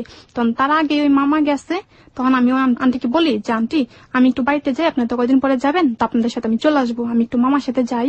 বলে, কি বলিস তুই? আন্টি তো খুব ভালো ছিল। বলে, না তুই মেয়ে মানুষ, তোকে আমি এইভাবে চাইতে দেবো না। তখন আমি বলি, আন্টি কি হবে, মামা তো মামাই, ওনার সাথে গেলে কিছু হবে না। মনে আর কি বলে যে আপনার বাসায় তো আমি এত বেশি হচ্ছি। তারপর উনি আমাকে যাইতে দেয় না। তারপর একসময় অনেক কান্নাকাটি করে যে না আমি যাবোই, আমি এখানে থাকবো না, কান্নাকাটি করছি। পরে দিছে, গেলাম। পরে আমি আমার মাকে বললাম যে, তখন মা আসলে কোনো মাই চায় না যে তার মেয়ে এভাবে হোক। তখন মা আমাকে বলে, তুই কি বলিস, তুই মিথ্যে বলছিস? আমি বলি, মা বিশ্বাস করেন আমি মিথ্যে বলি না। তখন মা বলে, আচ্ছা ঠিক আছে, তাহলে তুই এখানে যাবি না? আমি বলি, না আমি যেতে চাই না, ভালো লাগে না, ওখানে আমি কাজ করবো না। তখন মা করলো কি, যে মহিলা আমাকে বাসায় কাজে দিচ্ছে ওই মহিলার কাছে আমাকে আমার মা নিয়ে গেছে। নিয়ে যাবার পর মা বলে যে, আম্মা আপনি দেখেন তো, আপনি আমার মেয়েটাকে যে বাসায় কাজে দিচ্ছেন, দেখেন তো ওই বাসার লোক আপনার কি হয়, উনি দেখেন কি সব আচরণ করছে আমার মেয়েটার সাথে। ওই দাদু আমাকে আর কি আড়ালে নিয়ে জিজ্ঞেস করে যে, এই মেয়ে তোর সাথে আমার ভাই কি কাজ করতো? ওনার আবার ভাই হয় উনি। তারপর আমি বলি যে, দাদু আপনার ভাই তো আমার সাথে এসব আচরণ করতো। উনি আমাকে মানে উল্টা পাল্টা বকা দিল। এই মেয়ে তুই কি বলিস? আমার ভাই যে ভালো, আমার ভাই কখনোই কাজ করতেই পারে না, বাসা বাড়িতে কাজ করতে ভালো লাগে না, বাড়িতে থাইকা পান্ডাগুলি মারবি আর খাবি, সেইটা বল। শুধু আমার ভাইয়ের নামে এত মানে অপবাদ দিচ্ছিস কেন? বেয়াদব মেয়ে, মানে বকা টকা দিতেছে উল্টা পাল্টা। তখন আমি বলি, দেখুন বিশ্বাস করেন আমি মিথ্যে বলছি না, সত্যি বলছি, আপনার ভাই আমার সাথে সব আচরণ করে। তো আমি বলি, দেখুন আমাদের তো কাজ করেই খাইতে হবে, আমরা যেখানেই হোক কাজ তো করতেই হবে, তো আমি মিথ্যে বলে কি হবে? উনি আমাকে বলে যে, যা এখন যা, যত সব ফকিন্নির দলেরা এমনই মিথ্যা বলে। এটা বলে বকা টকা দিয়ে আমাকে বের করে দেয়। তারপর আমার মাকে বলে যে, দেখুন আপনার মেয়ে হয়তো বাসে যাওয়ার ভয়ে, কাজ করার ভয়ে আপনাকে মিথ্যে বলছে, আমার ভাই কখনো এমন হতে পারে না, আর আপনার মেয়ের কোন একটা রূপ বায়া পড়ে, আপনার মেয়ে তো তেমন কিছু না, আর আমার ভাইয়ের বউ কত সুন্দর, আপনার মেয়ের দিকে এমনি বুঝি চোখ বাড়াবে, যত সব বাজারের কথা। এগুলো বলে আমার মাকে পটায়। তখন মাও আমাকে একই কথা বলে যে, হ্যাঁ ওই তুই মিথ্যে বলছিস। খুব দুঃখ লাগে যে মাও আমাকে বিশ্বাস করলো না, ওই মহিলার যেটা বললো সেটাই বিশ্বাস করলো। তো খারাপ যখন লাগে, এরপর আমি বলি যে, দেখুন মা আমাকে অন্য কোনো বাসায় কাজে দেন, তবু আমি এই বাসায় কাজ করবো না। বিশ্বাস করেন আমি এই বাসায় কাজ করতে আমার ভালো লাগে না, আমার এইসব আমি চাই না, সুন্দর সুন্দর জামাও চাই না, গয়নাগাটিও চাই না, টাকা পয়সাও চাই না, আমাকে ভালো কোনো একটা বাসায় কাজ করতে দেন। মাকে এসব বললে মা আচ্ছা ঠিক আছে যাবি না যখন যাইস না।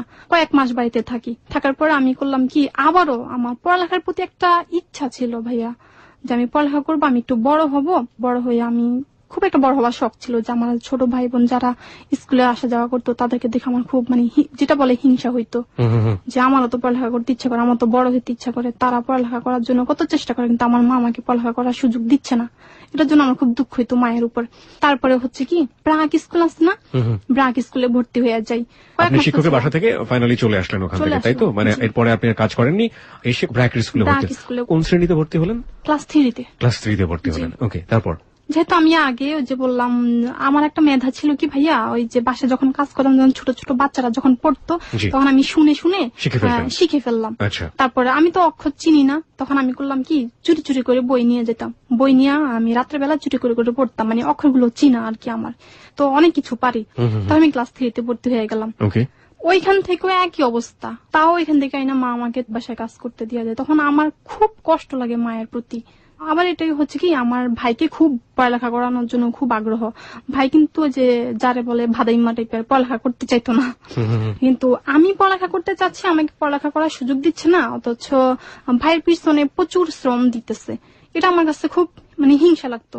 যাই হোক, ওইখান থেকে চলে আসার পরে মা আমাকে আর মিরপুরে আমাকে কাজে দিল। ওই বাসায় সবাই খুব মোটামুটি, কেউ খারাপ আচরণ করতো না। তো বাসায় একটা পিচ্চি ছিল, পিচ্চিটা ছোট ছেলে, ওনার নাম ছিল রায়হান। তো রায়হান ছেলেটা আমাকে খুব মারতো, সবসময় মারতো। তখন আমি কান্নাকাটি করতাম খুব, মানে আন্টিকে বললাম, আন্টিও মারতো, বকাটকা দিত। ছেলেটা খুব রাগী ছিল। তো একদিন হলো কি তাদের বাসায় মেহমান আসলো, মেহমান আসার পরে আমাকে ওই রায়হান বলে যাই আমাকে চা বানিয়ে দিত, আমি চা খাবো। তখন আমি বলে যে দেখো ভাইয়া বাসায় তো চা পাতা নাই, চা পাতা যেটা ছিল দিয়ে চা বানিয়ে ফেলছে, এখন বাসায় অনেক চা আছে, তুমি ওটাই খাও। বলে না, আমাকে এখন তরতাজা চা বানিয়ে দিতে হবে, ওই বাসি চা আমি খাবো না। বলি দেখো এটা বাসি না, এটা কতক্ষণ আগে বানাইছি। বলে না হবে না। আমি যে বললাম চা পাতা নাই, এজন্য বলে কি অল্প থাকতে কেন বললি না, এখন কেন নাই বলতেছো, সামনাসামনি ফকির পাইছিস আমারে, মানে এগুলো বলে ইয়া করতেছে। এরপর করলো কি ভাইয়া, যে স্টিলের স্কেল আছে না, স্টিলের স্কেল, হ্যাঁ, স্কেল দিয়ে আমারে হাতের এই দিকে ভাইয়া এত মারে, কি বলবো। এক সময় এমন হয়ে যায়, ওই যে লাল কলম দিয়ে আঁক দিলে যেমন হয়ে যায় ঠিক এমন হয়ে গেল। আন্টি বলে আচ্ছা ঠিক আছে, এটা যখন এত আনাজি করতেছে, ঠিক আছে তুই দোকানে যা, দোকান থেকে চা পাতা নিয়ে আয়, তারপর তারে তুই থামা, মেহমান বাসা থেকে যাক, তারপর আমি তাকে দেখতেছি। এটা বলে আমাকে দোকানে পাঠায়। দোকানে গিয়ে দেখি যে দোকানটা বন্ধ। তখন আমি করছি কি দোকানের সামনে ব্যথার চোটে দাঁড়া দাঁড়ায় কান্না করতেছি, অনেকক্ষণ কান্না করতেছি। তখন আমি দেখলাম কি আমার একজন লোক এসে, মানে খুবই স্মার্ট লোকটা, আমাকে এসে বলে যে এই বাবু কি তুমি এখানে দাঁড়িয়ে দাঁড়িয়ে ভাবে কাঁদতেছো কেন, তুমি তোমার ব্যাপার কি? তখন আমি বলি না এমনিতেই। বলে তুমি কি কোনো বাসায় কাজ করো? হ্যাঁ একটা বাসায় কাজ করি। বলে বাসা চিনো না নাকি মেরেছে বলে এখানে এইভাবে দাঁড়িয়ে আছো? তখন লোকটা আমি বললাম যে দেখুন যে মামা অমুক বাসায় কাজ করতাম, তো ওইখানে ছেলেটা আমাকে এভাবে মারলো, আমাকে এখন দোকানে পাঠিয়েছে চা পাতার জন্য, আমি এসে দেখি দোকানটা বন্ধ, আচ্ছা ঠিক আছে আমি বাসায় চলে যেতেছি। বলে তুমি পাশে কাজ করো, চা বানিয়ে দিতে পারো না, বলে তোমাকে এই জন্য এইভাবে মারলো? বলে ইস রে কেমন অবস্থা, এই জানো আমি কে, আমাকে দেখে তোমার কি মনে হয়? তখন আমি দেখে বলি যে আপনাকে তো অনেক ভালোই ভদ্র মানুষ মনে হয়। বলে আমি কে, আমার পরিচয়টা তুমি জানতে চাইলে না একবারও? তখন আমি বলছি কি আপনি? বলে আমি একজন স্কুলের মাস্টার, অসহায় তোমার মতো যারা আছে এমন তাদেরকে আমি এভাবে নিয়ে যাই, নিয়ে গিয়ে স্কুলে ভর্তি করে দেই, যারা স্কুলে পড়তে চায় তাদেরকে স্কুলে পড়াই, আর যারা মাদ্রাসা লাইনে পড়তে চায় তাদেরকে মাদ্রাসা লাইনে পড়াই। পড়ানোর পর একটু যখন হয় তখন তাদেরকে কোন একটা চাকরি বাকরি দিয়ে দেই, তারা নিজের মতো নিজেরা চলে। মানে এরকম একটা লোক দেখালো আমার। এই লোকটাকে আপনি আগে থেকে চিনতেন না? না চিনতাম না। তো ওই মামাটা আমাকে এসব বলে যাচ্ছের কাছে তুই আমার সাথে যাবি? তখন আমার ওই মা একবার বুঝাই দিচ্ছে যে ওইখানে এইভাবে চুরি ভাওতাবাজি দিয়া বাচ্চাদেরকে নিয়ে যায়। তখন ওই কথাটা আমার মনে হলো। তখন আমি বলি যে না মামা আমি আপনার সাথে যাবো না। বলে ও যাবি না, আচ্ছা ঠিক আছে তাহলে যা, বাসায় কাজ করতে যা, আর এইভাবে মাইর খা। একসময় আমি দেখছি কি লোকটা আমাকে ছেড়ে চলে যাচ্ছে। তখন আমি বলি ধুর, যদি এইভাবে মানে ধোকাবাজি হইতো তাহলে কি আমাকে এইভাবে ছেড়ে চলে যেত, যেভাবে হোক নিয়ে তো চাইতো, এরকম একটা ফিল হলো আমার ভিতরে। তখন আমি বলি যে না মামা আমি আপনার সাথে যাবো। এটা বলে লোকটার সাথে আমি নিজে যাই, যেহেতু আমার পড়ালেখা করার শখ ছিল এর জন্য আমি বলি যে ধুর ওইখানে গেলে ভালোই হবে, খারাপ হবে না, আমি এক সময় সমাজে মাথা উঁচু করে দাঁড়াতে পারবো। তারপর গেছি, যাবার পরে লোকটার সাথে আপনি যাওয়া শুরু করলেন? হ্যাঁ চলে গেছি লোকটার সাথে। চলে কোথায় গেলেন? লোকটা আমাকে নিল কি একটা বস্তি এলাকায় একটা বাসায় নিয়ে গেল। বাসায় যখন নিয়ে গেছে তখন একটা মহিলার কাছে আমাকে দিল। প্রিয় শ্রোতা, এই পর্যায়ে আমরা ছোট্ট একটি বিরতি নিতে চাই, ফিরে আসবো ঠিক রাত 12টার সংবাদের পর 12:06। আপনারা সবাই শুনছেন ক্লোজ আপ প্রেজেন্স হ্যালো 8920। আর জিকি প্রিয়া রয়েছে আপনার সঙ্গে রয়েছে আরজি শাকিল, এবং আজকে আমাদের জীবনের গল্প শোনাচ্ছে। আমরা যাদেরকে সমাজে কাজের বুয়া বলি, সেরকম একজন কাজের বুয়া বন্ধু আমাদের, নাম হচ্ছে আখি। আখির জীবনের গল্প শেষ পর্যন্ত কোথায় গিয়ে দাঁড়ায়, ইভেন ইউ ক্যান ইমাজিন, আপনি চিন্তাও করতে পারবেন না। এবং এই আখি সমাজের অসংখ্য অসংখ্য হাজার হাজার লাখ লাখ গৃহকর্মীর চিত্রকে আজকে এখানে ফুটিয়ে তুলবে। আমরা কাজের বুয়া বলছি শব্দটা এই কারণে যে আমরা সেটাই বলি, কিন্তু গৃহকর্মীটা বলি না। আর ইন জেনারেল সেন্স আমরা বলছি গৃহকর্মী। আমরা সেই গৃহকর্মীদেরকে চিনে নেব আজকে ওর কথার মধ্য দিয়ে। ছোট্ট একটা বিরতির পর আবারও ফিরে আসছি। আপনি যদি ওকে দেখতে চান, কোনো কিছু বলতে চান, চলে আসতে পারেন আমাদের ফেসবুকে এবং হয়ে যেতে পারেন একই সাথে আমাদের হ্যালো 8920 মেম্বার। আমাদের ফেসবুকের ঠিকানা facebook.com/HELLO8920। আমি আবারও বলছি facebook.com/HELLO8920। ওখানে গিয়ে অবশ্যই লাইক দিতে হবে এবং লাইক দেওয়ার সঙ্গে সঙ্গে আপনি হ্যালো 8920 মেম্বার হয়ে যাবেন। যারা আজকে নতুন মেম্বার হচ্ছেন তাদের মধ্য থেকে একজন, এবং যিনি বেস্ট কমেন্ট করবেন তিনি পাবেন ক্লোজ আপের সৌজন্যে আকর্ষণীয় গিফট হ্যাম্পার। ফিরছি ঠিক 12:06। Close Up presents Hello 8920. Close Up. The closer, the better. প্রথম দেখা, ভালো লাগা, সেই থেকে কি ভালোবাসা? কিন্তু কখনোই যাওয়া হয়নি পছন্দের মানুষটির কাছে, খুলে বলা হয়নি মনের কথাটি। ওকে, অল রাইট। মনের মানুষের কাছে যেতে চাইতো কনফিডেন্স, তাই না? সেই কনফিডেন্স নিয়ে এলো জিঙ্ক মাইক্রোশাইন ক্রিস্টাল সমৃদ্ধ ক্লোজ আপ ডিপ অ্যাকশন। তাহলে এখনই নিন ঝকঝকে সাদা দাঁত আর সতেজ নিঃশ্বাসের কনফিডেন্স পুরো 12 ঘন্টা পর্যন্ত। সো গেট রেডি, কারণ কাছে যাওয়ার সুযোগ আসতে পারে যে কোনো সময়।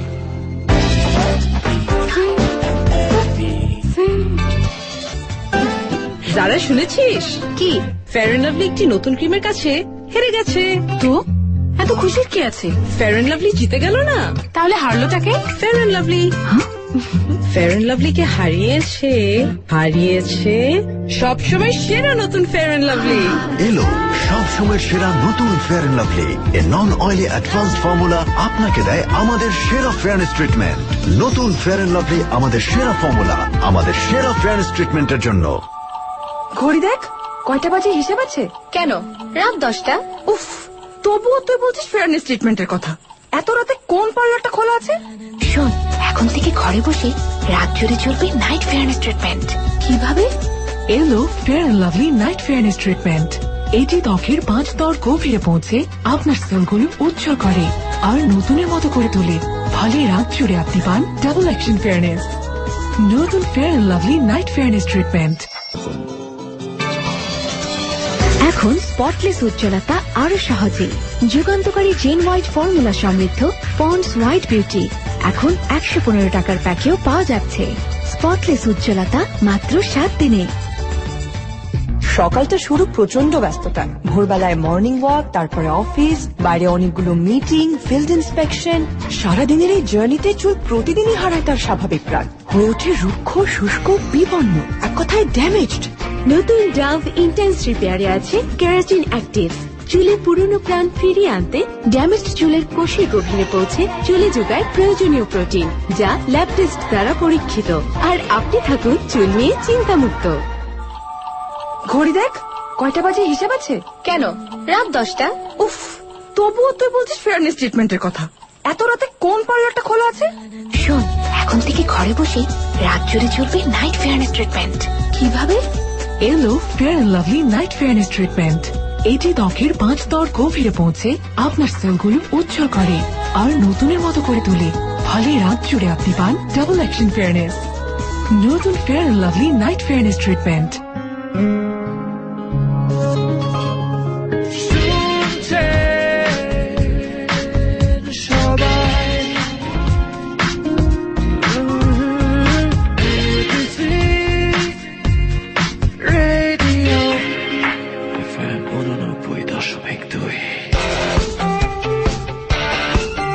Close Up presents Hello 8920.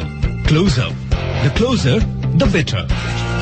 প্রিয় শ্রোতার সময় এখন রাত 12:06। আমরা আবারও ফিরে এসেছি ক্লোজ আপ প্রেজেন্স হ্যালো 8920-তে। আমি আরজে কিবরিয়া রয়েছি আপনার সঙ্গে, আর আপনারা শুনছেন আপনাদের প্রিয় স্টেশন এবিসি রেডিও FM 89.2। আজকে এখানে জীবনের গল্প বলতে এসছে একজন গৃহকর্মী আখি, যাকে আমরা বলি কাজের বুয়া।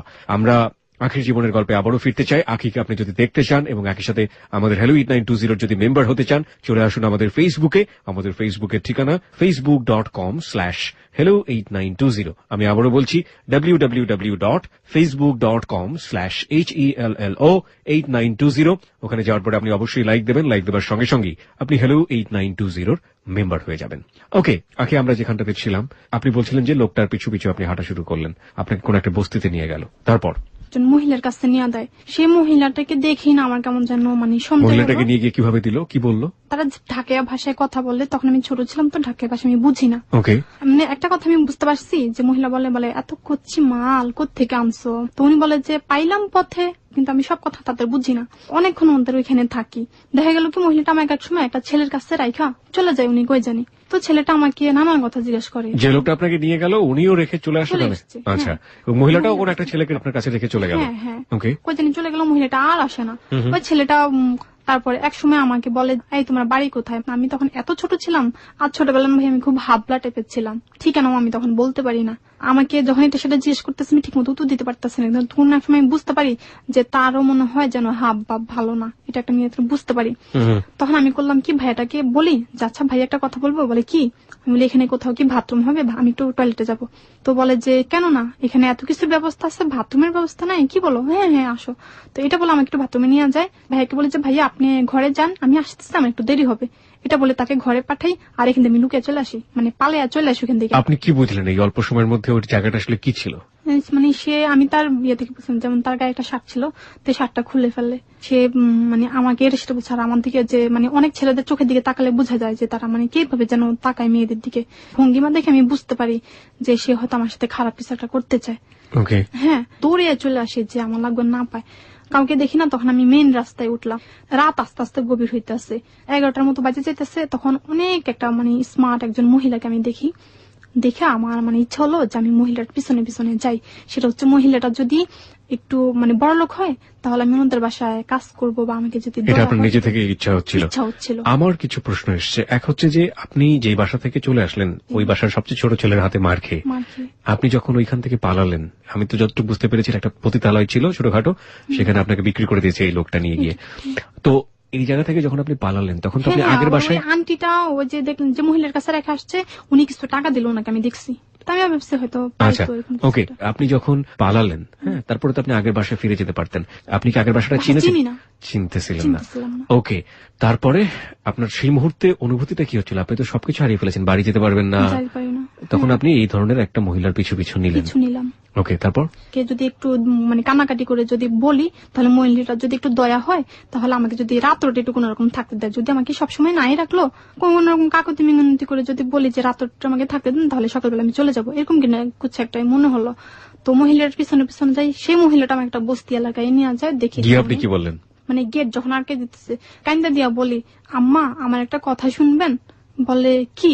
তখন আমি বলি যে আমি একটা বাসায় কাজ করতাম, বাসা থেকে আমি একটু দোকানে আসছি, তো এখন আমি বাসাটা চিনতে পারতেছি না, একটু দূরের দোকানে আসলো, যে দোকানে সবসময় বাকি খায় ওই দোকানটা বন্ধ, তো আমি এখন আরেকটা দোকানে আসছি, কোন দিক থেকে কোন দিকে চলে আসছে এখন আমি বাসাটা চিনতেছি না। ওই মহিলাটাকে একটু মিথ্যে বলি, পুরোটা বলি না।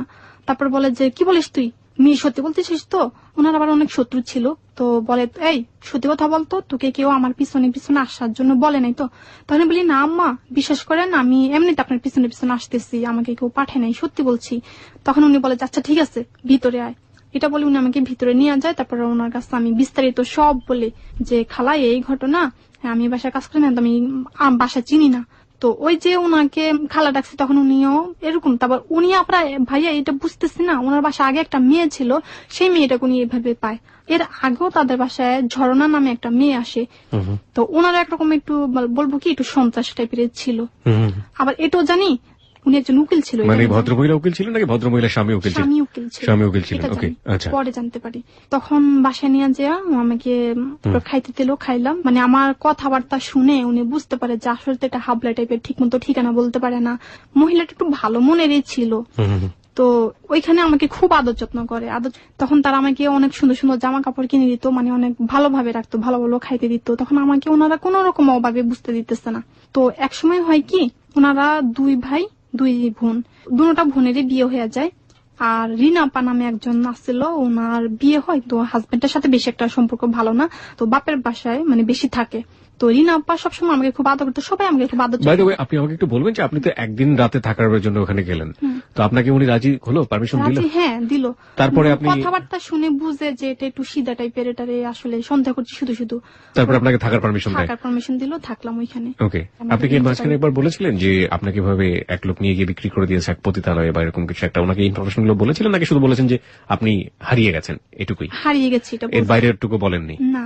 ওকে, তারপর? সবাই তো আদর যত্ন করতো ভালোভাবে। তো ওনার একটা মেয়ে ছিল যে রিনা আপা, রিনা আপা আমাকে সবসময় ওনার সাথে ঘুমাইতাম, যেহেতু আমাকে তাদের পরিবারের একজনের মতো রাখলো।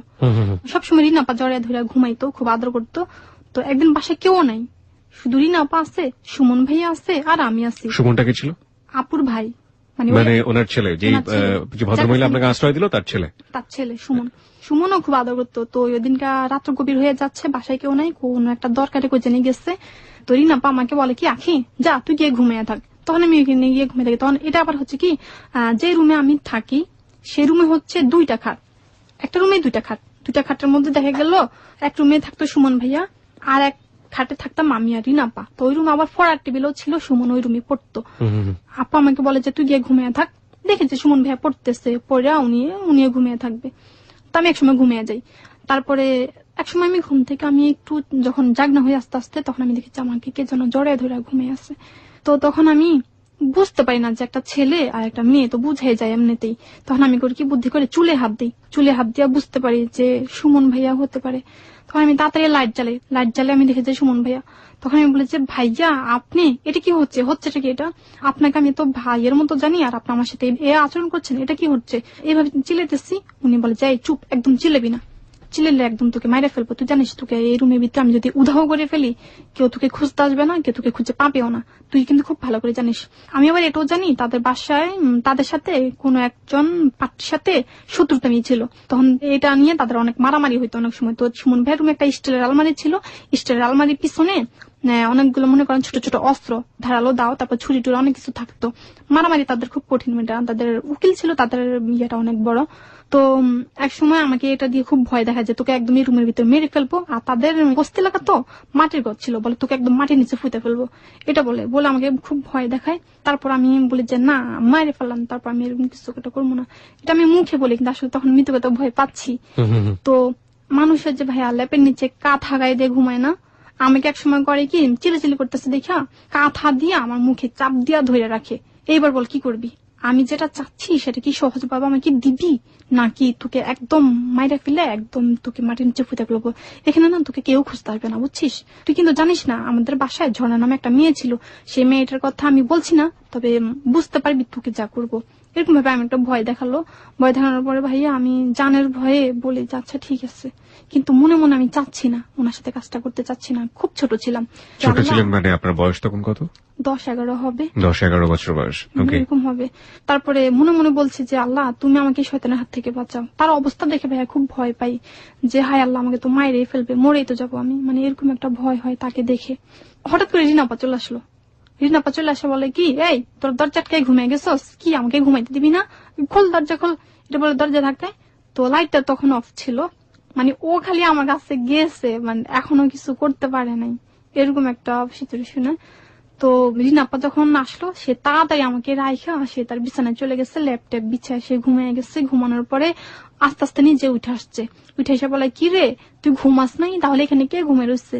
বলে তুই দেখস না আমি আসছি। বলে আর আমি তো পরে টুইরা আমি ঘুমে রয়েছি, আর এখানে কে ঘুমেছে? আখি মনে হয়। ও আমি ভাবছি তুই এসে ঘুমিয়ে গেছিস কিছু একটা বলে তার বোনকে বুঝ দিয়ে দিল, আর সে বুঝাচ্ছে যে সে এতক্ষণ ঘুমিয়েছিল, চোখ মুখ ডইলা উঠছে। রিনাপার কিছু বুঝতে পারলো না, তখন রিনাপা এসে ঘুমিয়েছিল। তখন রিনা কি বড় ছিল? বড় ছিল, ভাইয়ের বড় ছিল। অন্যদিন আবার আমাকে বলে যে দেখ তুই ব্যাপারটা কাউকে কিন্তু বলবি না কিছু, ঠিক আছে? তাহলে তোকে দেখিস। মানে ওই মুহূর্তে আপনি রিনাকে ওই জিনিসটা বলেননি? না বলিনি। ভয়ে বলেননি?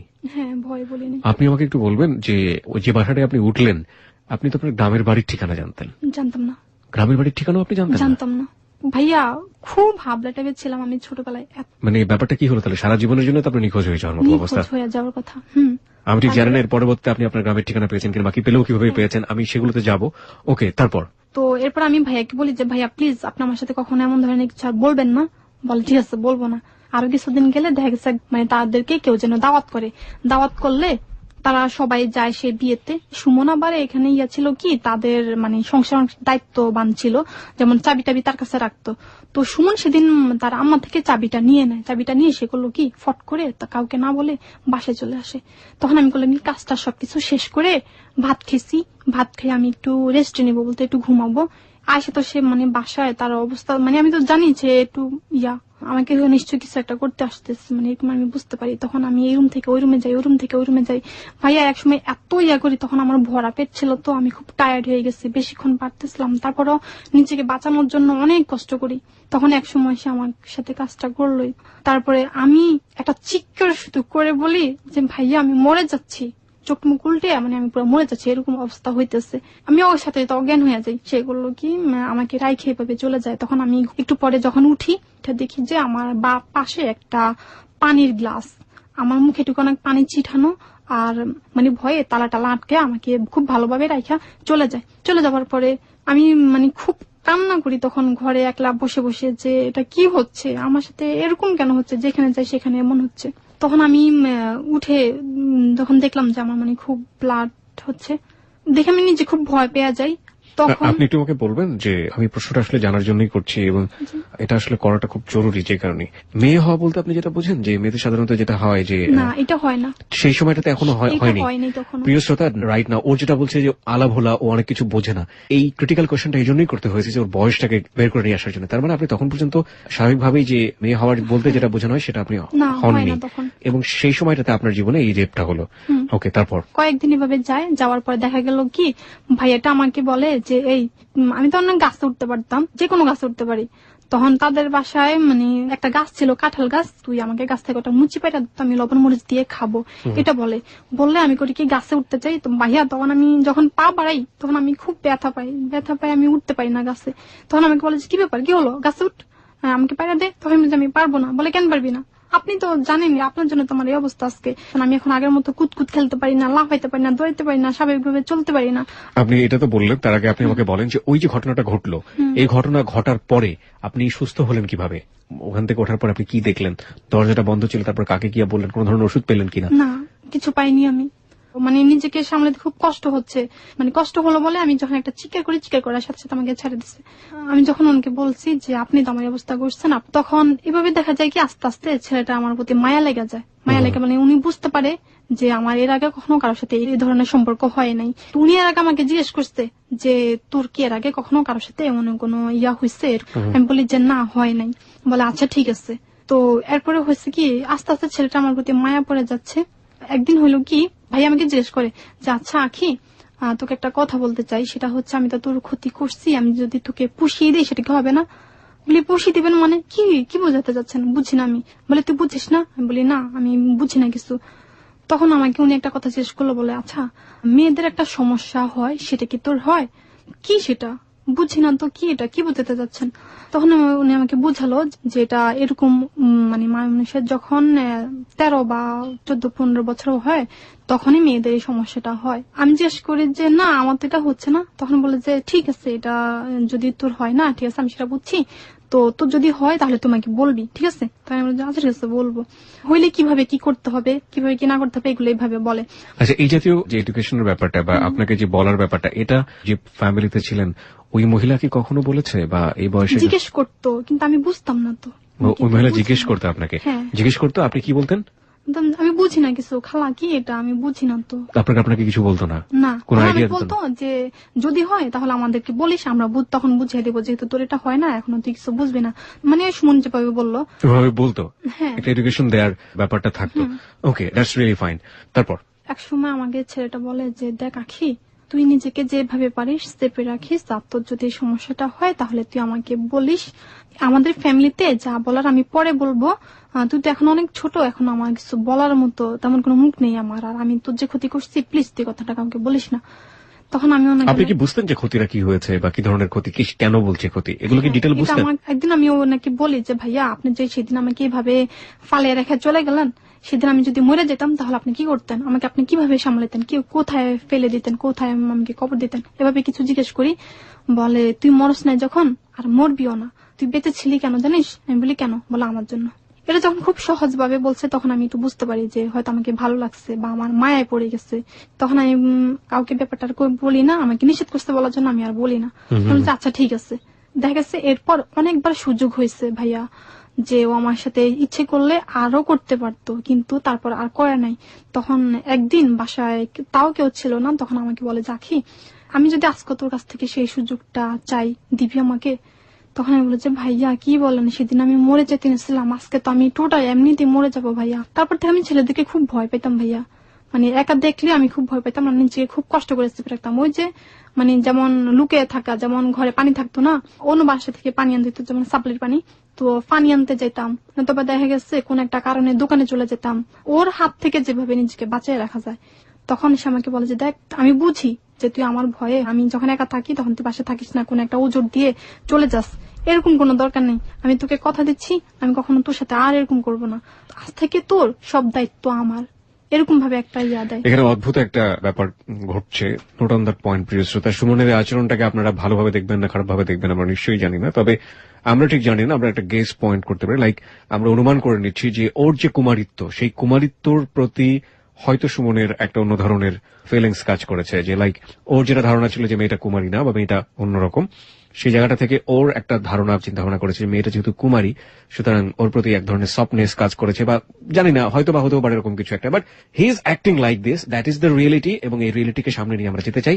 আমরা বারবারই বলি যে জীবনের গল্প এতটাই বেশি নাটকীয়, এখানে অনুমান করার কোনো সুযোগ নেই যে কাকে আপনি ভিলেন বানাবেন বা কাকে আপনি ভালো মনে করবেন। হোয়াট হ্যাপেন, একটা মানুষ যখন খারাপ কাজ করে ভালো কাজ করে দুটোকেই সেভাবে আমরা দেখি, কারণ জীবনে যা ঘটে সেটাই বাস্তবতা, এবং বাস্তবতাকে আমরা বাস্তবতার মতো করে তুলে ধরি। সেটা কখনো কখনো সুপার ক্লাইম্যাক্স, কখনো কখনো একেবারেই ক্লাইম্যাক্স না, কখনো কখনো শান্ত নদীর মতো, একেবারে স্রোতহীন একটা নদীর মতো বয়ে যাওয়া একটা জীবনের গল্প। কিন্তু এট দ্য এন্ডে গিয়ে আমরা কিছু শিখি, সেই শেখার জন্য আপনাদেরকে একেবারে জীবনের গল্পের শেষ পর্যন্ত অপেক্ষা করতে হবে। আমরা আখির ছবি দিয়ে দিয়েছি ফেসবুকে, আপনি চাইলে ওখানে এসে দেখতে পারেন। আমাদের ফেসবুকের ঠিকানা facebook.com/hello8920। hello 8920 এর স্পেলিংটা হচ্ছে HELLO 8920। ওখানে গিয়ে অবশ্যই লাইক দেবেন, এবং লাইক দেওয়ার সঙ্গে সঙ্গে আপনি মেম্বার। হ্যাঁ, তারপর অনেকদিন পরে তার বড় ভাইয়ের একটা গার্লফ্রেন্ড বিয়ে করবে, সবাই জানে তার ব্যাপারটা, গার্লফ্রেন্ডকে নিয়ে আসে বাসায়। তো সেদিন বাসায় অনেক মানুষ ছিল, দেখা গেছে যে যার মতো যেখানে পাশে ঘুমাইছে, কিন্তু আমি ঘুমানোর কোনো জায়গা নেই। আমাকে খালা এক সময় বলে যে আখি তুই তো ছোট মানুষ, যা তুই তো সুমন ভাইয়ের কাছে গিয়ে ঘুমা। তখন আমি বলি যে না আমি সুমন ভাইয়ের কাছে ঘুমাবো না। বলে কেন কেন ঘুমাবি না? তাই আমি বলে যে আমি তো ঘুমের ভিতরে মানে গড়াগড়ি করে বেশি, ভাইয়া তো খুব রাগি, দেখছে কখন আমাকে ধরে একটা থাপ্পড় মারে গিয়ে বলবে, এই জন্য আমি ঘুমাবো না। কিন্তু আমি তারপরে ওনাকে বলি নাই কিছু, যেহেতু এখন আর আমার সাথে এরকম কিছু করছে না বা করবে না কখনো, এটা বলছে। তো আমাকে বলে যে মামা, ওনাকেও মামা বলি, খালার হাজবেন্ড যিনি ওনাকেও মামা বলি, মামা আমাকে বলে যে আচ্ছা ঠিক আছে আখির যাতে কোথাও ঘুমানোর কোনো জায়গা নাই, ঠিক আছে তাদেরকে আমাদের বিছানায় নিয়ে চলো, মানে খালাকে বলে। তখন খালা বলে আচ্ছা ঠিক আছে হয়ে গেল। তো এরপর আমাকে নিয়ে গেল। তো এক সময় হয় কি যে মানে রাতে 2:30 বাজে, তখন ঘুমাইছে কিভাবে, খালা ঘুমাইছে এক পাশে, আমাকে অন্য পাশে, আর সে মামা মাঝখানে ঘুমাইছে। তখন এক সময় আমি দেখি যে আমি তাও ঘুমের মধ্যে এভাবে দেখতে পারি যে মামা কোন এক সময় খুব অসম্মান ভাবে আমাকে ধরে ঘুমিয়ে আছে। তখন আমি বলছি হয়তো ঘুমের তালি ভাবে আচ্ছা ঠিক আছে হ্যাঁ একটু লাড়াচাড়া দিই তাহলে হয়তো চলে যাবে, এরকম কিছুটা। তো আমি যখন একটু লাড়াচাড়া দিই ফট করে হাত সরার ফেলে আমার গা থেকে, এক সময় আমি বুঝতে পারি যে উনি ইচ্ছে করে করছে, কারণ একটু পর পর আবার আসছে, একটু পর পর আবার আসছে। আমি যতবার মানে বাধা দিই বা হাত সরে দিই আমার গা থেকে, একটু পর আবার মানে দেখি একই অবস্থা। ওই একই বিছানায় তো ওনার স্ত্রীও ছিল? হ্যাঁ ছিল। তখন আমি ওনাকে এক সময় বলি, মানে খুব খারাপ ভাষায় বলি আমি যে এখানে আমি এইভাবে বলি যে আপনার তো ওই পাশে ওয়াইফ আছে, ওনার কাছে না গিয়ে আমার সাথে এরকম করতেছেন কেন? ভাইয়া বিশ্বাস করবেন উনি আমাকে বলে কি যে প্রতিদিন এক তরকারি খেতে ভালো লাগে না। ভাইয়া এই কথাটা যখন আমাকে বলে মানে এত খারাপ লাগে ভাইয়া, বিশ্বাস করবেন মানে কি বলে মানুষের সাথে তরকারি। ওনার স্ত্রী কি তখন ঘুমিয়েছিল? হ্যাঁ ঘুমিয়েছিল। উনি জোর করে আমাকে মানে মুখে চাপ দিয়ে ধরে রাখে, তারপরে মানে কিভাবে যেন আমাকে খুব মানে সামনে। আর অন্যদিকে ভাইয়া আমি মান সম্মানের ভয়ে চিল্লাচ্ছি না, যেহেতু বাসা অনেক বাড়ি ভর্তি লোকজন। তখন এক সময় সে তার এই যে সিনেটা আছে না, এটা আমার মুখের কাছে ছিল। আমি এক সময় করে কি জিত করে তাকে এখানে একটা কামড় মারি, তো সে আমাকে ছেড়ে দেয়। তখন আমি ওনার কাছ থেকে উঠে চলে আসি, বিছানা থেকে নাইমা চলে আসি। উনি আমাকে করে কি মানে না যাওয়ার জন্য বাধা দেয়। আমার হাতের মধ্যে ধরলে আমি করি কি আবার ওনার হাতে ধরি, আমার জিদ যে আমি আরেকটা কামড় দেবো, তখন আমাকে ছেড়ে দিলে আমি করি কি দরজা খুলে চলে আসে, কিন্তু মেইন গেটে তালা মারা। আর আরেকটা কথা হচ্ছে এত রাত আমি এখন যাবো কোথায়, রাতে তখন স্ত্রী তো পাশে ছিল, চাইলে ওনাকে জাগিয়ে তুলতে পারতেন। জায়গায় নেই, আমি চলে আসছি রুম থেকে। তখন আমার ইচ্ছা যে এখানে আস্তে আস্তে ছেলেটার প্রতি আমার একটু ভালো লাগা জমছিল, আর অন্যদিকে এই লোকটা আমার সাথে আচরণ করতেছে, ধুর আমি এখানে থাকবো। আমি একটু জানতে চাই আপনার কাছে বেডের পজিশনটা কি ছিল? লাইক উনি মাঝখানে ছিলেন, ওনার স্ত্রী বাম পাশে ছিল, আপনি ডান পাশে ছিলেন, ব্যাপারটা কিরকম? নাকি সাধারণত যেটা হতো উনি মাঝখানে ছিল, ওনার স্ত্রীটা পারমিশন দিয়েছিল? না উনি ঘুমাচ্ছে, ওনার ঘুম খুব ভারী ছিল। সাধারণভাবে একজন সচেতন স্ত্রী হলে যেটা করতে পারতেন যে উনি আপনাকে আপনার পাশে রাখতে পারতেন। লাইক উনি মাঝখানে আছেন, আপনি ওনার ডান পাশে ঘুমাচ্ছেন, ওনার হাজবেন্ড ওনার বাম পাশে ঘুমাচ্ছেন। তারা এইভাবে ঘুমাইছে, কোন এক সময় হতে পারে উনি এইভাবে কোন রকমে চলে আসছে, তাদের হাজবেন্ড ওয়াইফের ব্যাপারে সেটা অন্য ব্যাপার, এরকম তো হতে পারে। মানে বাই দ্য ওয়ে উনি যেটা করেছেন যে ওনার হাজবেন্ডকে আপনার পাশে শুতে দিয়েছেন, এবং প্লাস হচ্ছে উনি নিজেও শুয়েছেন, কিন্তু উনি ঘুমাচ্ছেন। কি ভাইয়া তাদের পরিবেশটা একটু অন্যরকম ছিল কি, আমি আপনার একটু ইয়া দিই, মা বাবা ভাই বোন তারা একজন একজনের সামনে মানে কিছু কথা বলতেছে, মানে এটা চিন্তা করে না যে কার সামনে কি বলতেছি, মানে তারপরে ইয়াটা ছিল খুব খারাপ বলতে মানে তাদের কারো কোনো ইয়া করতো না, যে যেভাবে পাচ্ছে সেভাবে বলছে। বাবা কি করতেন? বাবা যিনি আপনার সাথে ধরনের কাজটা করলেন রাতের বেলা, পেশায় কি করতেন? পেশায় কি উকিল ছিল, পেশায় তিনি একজন অ্যাডভোকেট ছিলেন। আর তার স্ত্রী পেশায় কি ছিলেন, যিনি আপনাকে আশ্রয় দিলেন? কিচ্ছু ছিল না। ওকে, তারপর আমি রাত্রেবেলা ঘর থেকে চলে আসি, চিন্তা করি যখন এত রাত আমি কই যাবো। যাওয়ার পর আমি মনে করি কি ওই বস্তিতে আরেকটা ঘরে এক রুমে 2টা মেয়ে থাকে, ওনাদেরই, উনি বাড়িওয়ালা। তো তারা দুনো বোনে চাকরি করে, তো এক বোন রাতে ডিউটি করে আর বোনে দিনে ডিউটি করে। তো রাতে যে বোন ঘরে ঘুমাচ্ছে আমি সেই বোনের কাছে যাই, গিয়ে আমি বলে যে আপা আপনার রুমে কি জায়গা আছে, আমি একটু ঘুমাতে পারবো? উনি প্রথমে বলে কি ব্যাপার, তুমি এত রাতে আসবা, আমি তোমাকে কিভাবে ঘরে নেই? তখন দেখেন আমাদের ঘরে তো অনেক মেহমান, ঘুমানোর জায়গা হচ্ছে না। বলে তুই এতক্ষণ পর্যন্ত থাকতে পারলি আর এখন উঠে আসলি কেন, নিশ্চয় কোনো কারণ আছে। তখন ভাইয়া আমার হয় কি যে এদিকে কাইটা যায় গলার নিচে, এখানে মানে হাতের নোকের ইয়া লাগে, যেটা উনি করেছিল। হ্যাঁ, তখন উনি এটা দেখে বুঝতে পারে, কিন্তু আমি তখন ওনাকেও কিছু বলতে চাই না। আমার ইচ্ছা যে আমি এখান থেকে পরের দিন সকালবেলা যেদিকে 2 চোখ যায় সেদিকে আমি চলে যাব। উনি আমাকে একসময় জোর করে জিজ্ঞেস করে যে বলতে হবে, বল তাহলে আমার থাকতে পারবি না, চলে যা, যেখান থেকে আসছো সেখানে চলে যা। প্রিয় শ্রোতা, আমরা এই জায়গায় ছোট্ট একটা বিরতি নিতে চাই, মাত্র 4 মিনিটের বিজ্ঞাপন বিরতি। আপনারা সবাই শুনছেন ক্লোজ আপ প্রেজেন্স হ্যালো 8920। আজকে একজন গৃহকর্মীর জীবনের গল্প উঠে আসছে এখানে, যার নাম হচ্ছে আখি। আখির জীবনের গল্পে আমরা ফিরবো, তবে তার আগে আপনাকে বলতে চাই ওকে দেখতে চাইলে চলে আসতে পারেন আমাদের ফেসবুকে। আমাদের ফেসবুকে ঠিকানা facebook.com/hello8920। আমি আবারও বলছি facebook.com/HELLO8920। ওখানে যাবেন, যার পর আপনি অবশ্যই লাইক দেবেন। লাইক দেওয়ার সঙ্গে সঙ্গেই আপনি hello 8920 মেম্বার হয়ে যাবেন। যারা জীবনের গল্প এখানে বলতে আসতে চান তাদেরকে বলছি আমাদের ফোন নাম্বারটি নিশ্চয়ই আপনাদের মনে আছে, একেবারে ফিক্সড একটি ফোন নাম্বার 91156668। আবারও বলছি 91156668। এখানে ফোন করার পরে আপনি আপনার নাম এবং সেল নাম্বারটি, যে নাম্বারে আপনার সঙ্গে আমরা যোগাযোগ করলে পাবো, সেই নাম্বারটি স্পষ্ট করে ধীরে ধীরে বলবেন, এবং তারপর আপনার জীবনের গল্পের সারাংশটুকু বলবেন আপনার সঙ্গে যোগাযোগ করতে। আমাদের টিম মেম্বার RJ শাকিল আপনার সঙ্গে যোগাযোগ করবে, এবং আপনার জীবনের গল্প জানার পরে হতে পারেন আপনি আগামী সপ্তাহে আমাদের এখানকার অতিথি, এবং আপনার জীবনের গল্প ছড়িয়ে যাবে লাখ থেকে লাখো মানুষের কানে, দেশ থেকে দেশের বাইরে, এবং আপনি চিন্তাও করতে পারবেন না যে যেখানে ABC রেডিও নেটওয়ার্ক নেই এমনকি সেখান পর্যন্ত। প্রিয় শ্রোতা, মাত্র 4 মিনিট পর আমরা আবারও ফিরে আসছি ক্লোজ আপ প্রেজেন্স হ্যালো 8920-তে। Close Up presence hello 8920। Close Up, the closer the better. প্রথম দেখা, ভালো লাগা, সেই থেকে কি ভালোবাসা? কিন্তু কখনোই যাওয়া হয়নি পছন্দের মানুষটির কাছে, খুলে বলা হয়নি মনের কথাটি। ওকে, অলরাইট, মনের মানুষের কাছে যেতে চাইতো কনফিডেন্স, তাই না? সেই কনফিডেন্স নিয়ে এলো জিঙ্ক মাইক্রোশাইন ক্রিস্টাল সমৃদ্ধ ক্লোজ আপ ডিপ অ্যাকশন। তাহলে এখনই নিন ঝকঝকে সাদা দাঁত আর সতেজ নিঃশ্বাসের কনফিডেন্স পুরো 12 ঘন্টা পর্যন্ত। সো গেট রেডি, কারণ কাছে যাওয়ার সুযোগ আসতে পারে যে কোনো সময়। যারা শুনেছিস কি ফেয়ার এন্ড লাভলি একটি নতুন ক্রিমের কাছে হেরে গেছে। তো এত খুশির কি আছে? ফেয়ার এন্ড লাভলি জিতে গেল না, তাহলে হারলোটাকে? Fair and Lovely. Fair and Lovely কে হারিয়েছে সবসময় সেরা নতুন ফেয়ার অ্যান্ড লাভলি। এলো সবসময় সেরা নতুন fair and lovely a non oily advanced formula আপনাকে দেয় আমাদের সেরা ফেয়ারনেস ট্রিটমেন্ট। নতুন ফেয়ার অ্যান্ড লাভলি আমাদের সেরা ফর্মুলা, আমাদের সেরা ফেয়ারনেস ট্রিটমেন্টের জন্য। সকালটা শুরু প্রচন্ড ব্যস্ততা, ভোরবেলায় মর্নিং ওয়াক, তারপরে অফিস, বাইরে অনেকগুলো meeting, field inspection.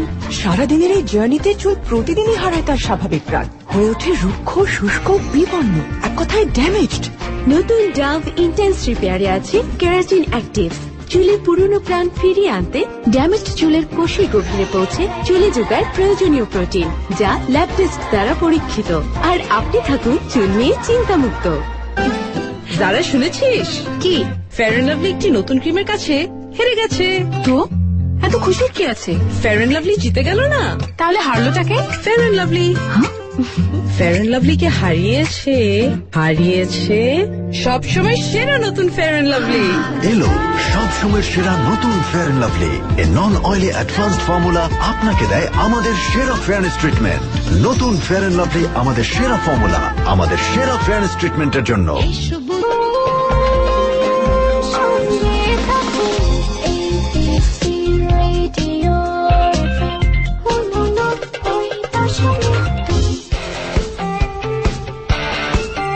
Close Up presents Hello 8920.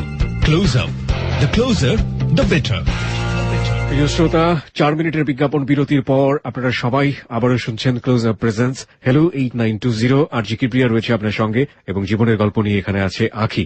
আখিকে নিয়ে একটি রেডিও স্ট্যাটাস এবং তার যে ছবি, সেই ছবিটি দিয়ে দেওয়া হয়েছে আমাদের ফেসবুকে, যেখানে আমরা অসংখ্য অসংখ্য কমেন্টস পাচ্ছি। আমরা অনুষ্ঠানের তার জীবনের গল্প আবিষ্কার করার পরে শেষে গিয়ে আমরা জানবো।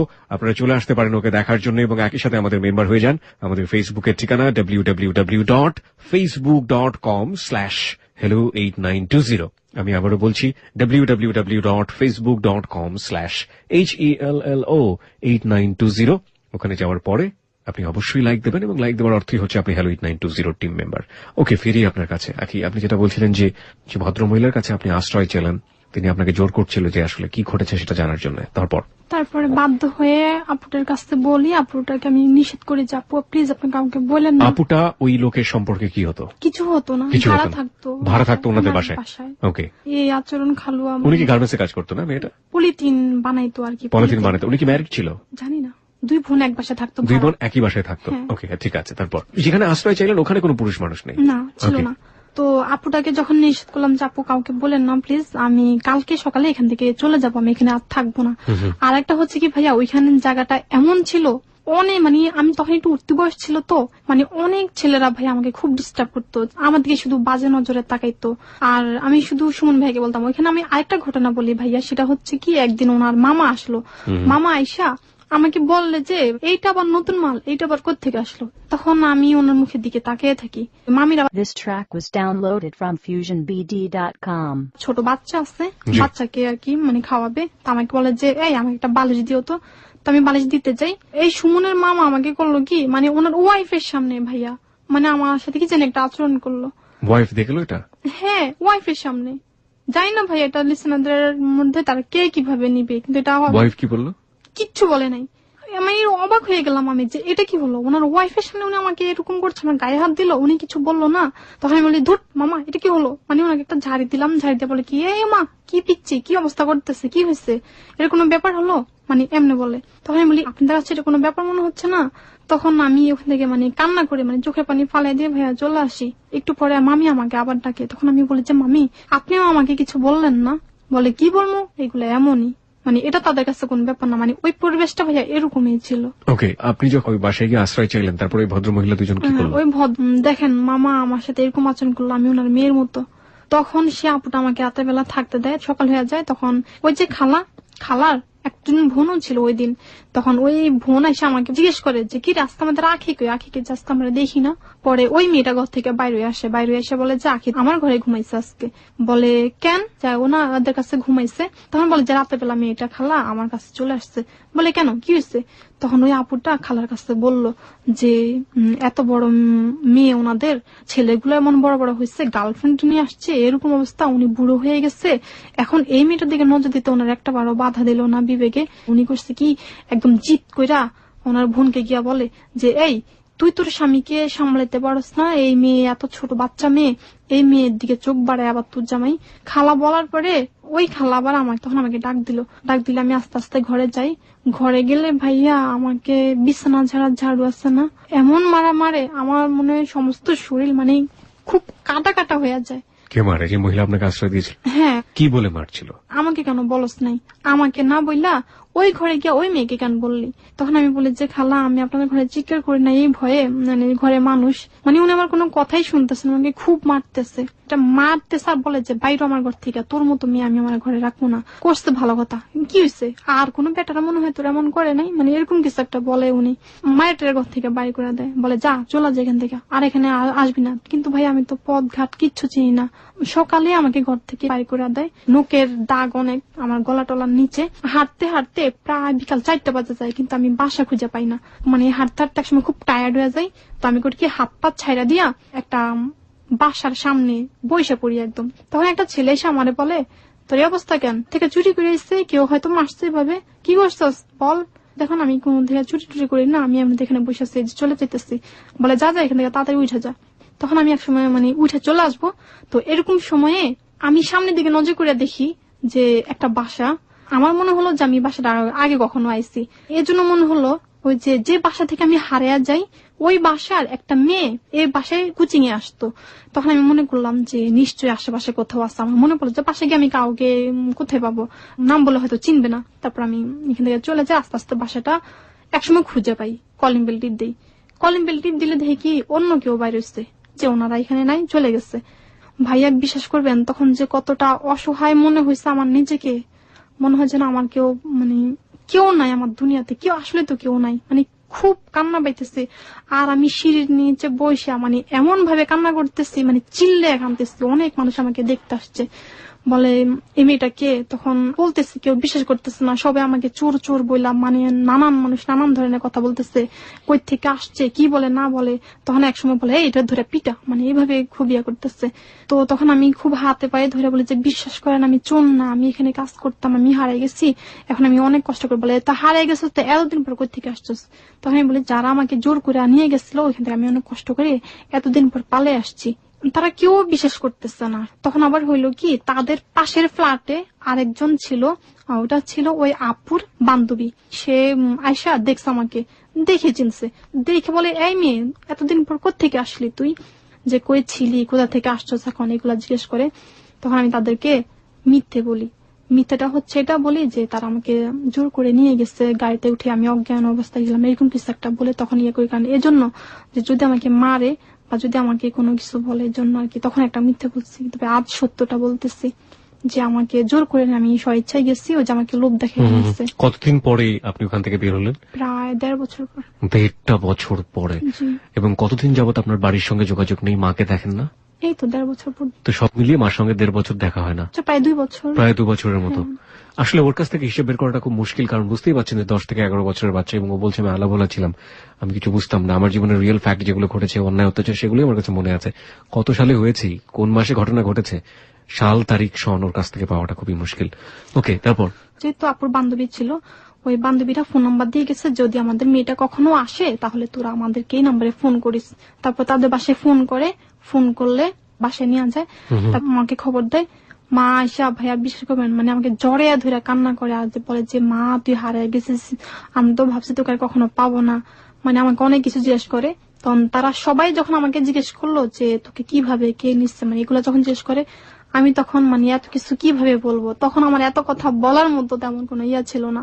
তখন আমি বাধ্য হয়ে মিথ্যেটাই বললাম যে তারা আমাকে জোর করে নিয়ে গেছে, আমি কিছু বলতে পারবো না, এটাই বলছি।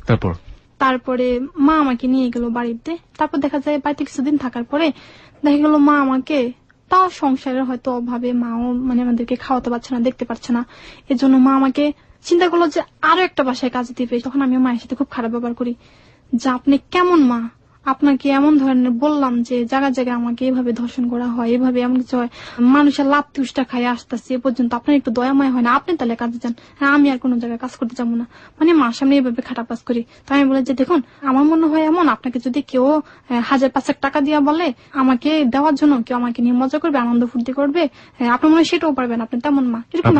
আপনি করে বলতেন? হ্যাঁ হ্যাঁ আপনি করে বলতাম। আমি তখন এইভাবে রাগের চলে খুব খারাপ কথা বলি। তো মা খুব কষ্ট পায় আমার কথায়, যে আমার বড় মেয়ে কখনো আমাকে এইভাবে বলে না, আর তুই এভাবে বলছিস, তুমি কি রুজি করে কয়দিন খাওয়াইছিস। তখন মায়ের প্রতিও আমার খুব একটা ইয়া ছিল না, যেহেতু মা কখনো আমার কষ্টটাকে বুঝতে চায় না, বাড়িতেই থাকবো না খেয়ে থাকবো। তখন আমি প্রায় 1 থেকে 1.5 বছরের মতো বাড়িতে থাকি।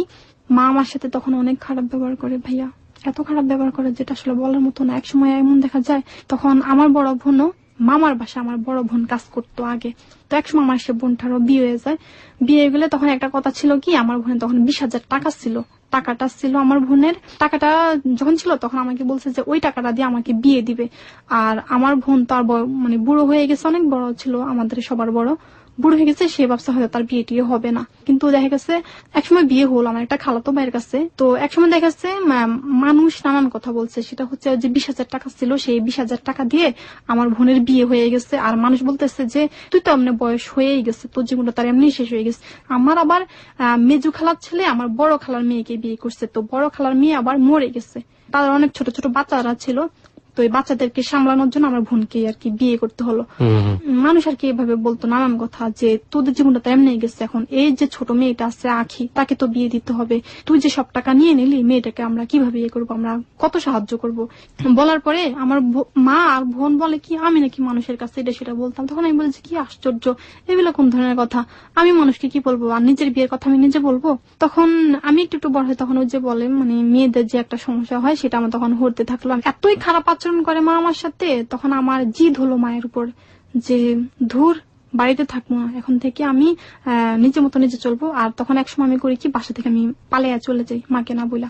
সেটা আমি গেলাম কোথায়, একজন ভদ্র মহিলা, ওনার ফোন নাম্বার আমার কাছে ছিল, আমি ওনার সাথে যোগাযোগ করে ওনার বাসায় চলে গেছি। তখন আমার মানে প্ল্যান এমন ছিল যে আমি কাজ করব, কাজ করে আমি নিজের পায়ে নিজে দাঁড়াবো, তারপর আমি বিয়ে করব। আবার মা আমাকে আরেকটা কথা বলতো, সেটা হচ্ছে কি, আমার যে 20,000 টাকা আছে বড় মেয়ের, এই টাকাটা দিয়ে আমি কখনো তুই আশা করিস না যে তোকে আমি বিয়ে দিব, তুই কখনো জামাইয়ের আশা করিস না আমার কাছে, মানে এই টাকা থেকে আমি তো কখনো তোকে বিয়ে করবো না। 20,000 টাকা ছিল, এই টাকা দিয়ে আমার বড় বোনের বিয়ে হয়ে গেছে। বড় বোনের বিয়ে কার সঙ্গে হয়েছিল, কি করতে খালতো ভাইয়ের সাথে। কি করতো সেই ছেলে? সিএনজি চালায়। সিএনজি চালাতো? হ্যাঁ। 20,000 টাকা দিয়ে বিয়ে হয়ে গেল? বিয়ে হয়েছে, ওনার অনেকগুলো বাচ্চাও আছে। আচ্ছা, তারপরে আমার এক সময় জিদ হলো যে ঠিক আছে আমি তাহলে নিজে পেয়ে নিজে দাঁড়াবো, আমি গার্মেন্টসে কাজ করব। তখন ভাইয়া আরেকটা কথা বলি, সেটা হচ্ছে গ্রামের মানুষ ভাইয়া এমনিতেই বলে যে গার্মেন্টসে যে মেয়েরা কাজ করে সেই মেয়েরা কখনো ভালো হয় না, ছেলে মেয়েরা একসাথে কাজ করে, এই হয়েছে সে হয়েছে, মেয়েরা 10টা মেয়ে যেভাবে চলে একটা মেয়ে দেখে দেখে এসে খারাপই হয়ে যায়, এরকম কিছু একটা বললে তখন আমি বলি যে মেয়েরা মনে হয় সত্যি এমন খারাপ হয়ে যায়, আমি তাহলে মানে গার্মেন্টসে কাজ করব না, আমি ভালো হতে চাই, খারাপ হতে চাই না আমি। তখন আমি বলি যে আমি ভিক্ষা করে খামো, তবু আমি গার্মেন্টসে কাজ করবো না। আমার মনে হলো কি ভাইয়া জানেন, আল্লাহ পাক তখনই আমার কথাটা কবুল করে ফেলছে। মানে আমি শত চেষ্টা করি, আমার গার্মেন্টসে যাওয়াই হয় না। তো এরপর আমি করি কি, যে পাশে আমি যাই, ওই যে বললাম বাড়ি থেকে আমি পালিয়ে গেছি, পালিয়ে সে ঝর্ণান্টির পাশে আমি কাজে যাই। কাজে গেলে ওইখানে আমার ইচ্ছা ছিল যে মাস কানিকের টাকা যদি জমা করি তাহলে আমি ওই টাকাটা দিয়ে গার্মেন্টস এ ভর্তি হয়ে যাব। ওইখানে গিয়ে আপনার মার কাছে ফোন করি যে মা আমি অমুক জায়গায় আছি, আপনি আমার জন্য চিন্তা করেন না। তখন মাও খুব রাগ হয় যে আমার কাছে না বলে গেছিস। তখন আমি একসময় বলি যে বেশি কথা বলেন না, আপনার জ্বালাতনে আমি কিন্তু বাড়ি থেকে পালিয়ে আসছি। যখন 4-5 মাস হয়, কিছু টাকা জমা হয় আমার, তখন আমাদের বাড়ির অন্য একজন মহিলা আমাকে ফোন করে বলে যে তোর মার খুব অসুখ, আমাদের কিছু টাকা লাগবে, তোর মাকে চিকিৎসা করতে হবে। তখন মার জন্য খুব খারাপ লাগে, আবার টাকাগুলো বাড়িতে মাকে দিয়ে দিয়ে মা চিকিৎসা হয়। তো টাকাগুলো সব বাড়িতে দিয়ে দেওয়ার পরে একটা মোবাইল কিনি আমি। তখন আমি প্রথম মোবাইল ইউজ করি একটা চুরি করে, ওই আন্টিকে আমি বলি না। তখন এইভাবে ওইখানে থাকা অবস্থা একটা ছেলের সাথে আমার ফোনে যোগাযোগ হয়, কথা হয়। সেই ছেলেটা হচ্ছে আমার যে বড় বোনের জামাইয়ের বাড়ির। ছেলেটার নাম আমি এখানে বলবো না। ওইখানে থাকা অবস্থায় ছেলের সাথে সম্পর্ক হলো, কথা বলতাম। তো একসময় আমার বোন আমাকে আমাকে বলে যে তোর জন্য একটা সম্বন্ধ দেখছিলাম, ছেলেটা খুব ভালো মনে হচ্ছে, তুই এক কাজ কর বাড়িতে চলে আয়। বাড়িতে গেলাম, বাড়িতে গিয়ে তার সাথে মানে দেখা করলাম। তখন ছেলেটাকে দেখে ভাইয়া সত্যি কথা যেটা আমার কাছে ভালো লাগে নাই, সেটা হচ্ছে কি ছেলেটা আমার সমান, মানে তাকে ছেলে হিসেবে ভালো লাগতো, কিন্তু যখন যদি তাকে আমার নিজের মানুষ হিসেবে নেই তাহলে এটা আমার কাছে ভালো লাগবে, স্বামী হিসেবে ভালো লাগতো না, ভালো লাগবে না, এরকম কিছু একটা। তখন আমি করলাম কি, তাকে আর কিছু বলি নাই, এইভাবে ইয়ে হয়ে যায়। তখন আমার বোন ওই যে ছেলেটাকে আমার দেখে, তো ছেলেটা আমাকে দেখতে আসে। আমার ইয়ে হলো কি, আমি তো ছোটবেলা থেকে এর পর্যন্ত মানুষের লাথি উষ্টা খাইতে খাইতে এ পর্যন্ত আইসি, আমার আর মানুষের বাসায় কাজ করতে ভালো লাগে না। তো যে ছেলেটা আমাকে দেখতে আসছে তাকে আমার ভালো লাগা লাগবে না, আমাকে পছন্দ হইলেই হয়েছে, তাকে আমি বিয়ে করব। সেটা হচ্ছে কি আমার নিজের সুখের আশায় ভাইয়া। জি, ছেলেটা আমাকে দেখে আমি বুঝলাম যে ছেলে আমাকে পছন্দ করছে। এর আগে ছেলেটা আমাকে বলছে যে সে নাকি এর আগে একটা বিয়ে করছে, সেই মেয়েটার অন্য কোনো ছেলের সাথে সম্পর্ক ছিল, মেয়েটা এই জন্য তাদেরকে ছেড়ে চলে গেছে। বিয়ের পর আমি জানতে পারি সে এর আগে আরো 2টা বিয়ে করছে, দুটোটা বউ তার চলে গেছে। সেটা এক কথায় আমি বুঝাবো যেটা আমি দাম্পত্য জীবনে আমি অসুখী ছিলাম। দাম্পত্য জীবন বলতে আপনি কি ধরনের অসুখের ব্যাপার? দাম্পত্য জীবন তো অনেক কিছু হতে পারে। ওই ছেলে মানে ওনার, এটাকে আমি কি বোঝাবো, সেটা শারীরিক ভাবে অক্ষমতা ছিল, অক্ষম ছিল। জি। ওকে, একটু আমাকে বলবেন ছেলেটা কি কাজ করতো? সে কৃষি কাজ করতো। আপনার সঙ্গে বয়সের পার্থক্য কত ছিল? আমার চেয়ে অনেক বয়স্ক, অনেক বয়স ছিল। কত বছর বয়সে আপনার বিয়ে হয়ে গেল? 18 কিংবা 19 বছর বয়স হবে। 18 বা 19 বছর বয়স, আপনি তখন সাবালিকা, আর ছেলেটার সাথে আপনার বয়সের পার্থক্য অনেক বেশি। আপনি যেটা বুঝলাম যে ছেলেটার আগে আরো 2টো বউ ছিল, এবং আপনি যেটা বলছেন যে শারীরিক ভাবে সে অক্ষম ছিল। ওকে, তারপর? তো আমি যখন বাসায় ঘরে যাই তখন সে আমাকে বলে, জাহিদ তোমাকে একটা কথা বলবো। কি বলবেন বলেন। তখন সে আমাকে বললো ওই কথাটা যে আমার তো এরকম একটা সমস্যা আছে, তুমি চিন্তা করো না, ঠিক হয়ে যাবে। তখন আরেকটা কথা বলি ভাইয়া, তাদের বাড়িতে যখন আমি নতুন বউ হয়ে যাই তখন কিছু মানুষ আমাকে বলে যে এই মেয়েটার এবার পায়ের মধ্যে সিওল দিয়া বান্ধিয়ে রাখে যাতে সে কোনো দিকে না যেতে পারে।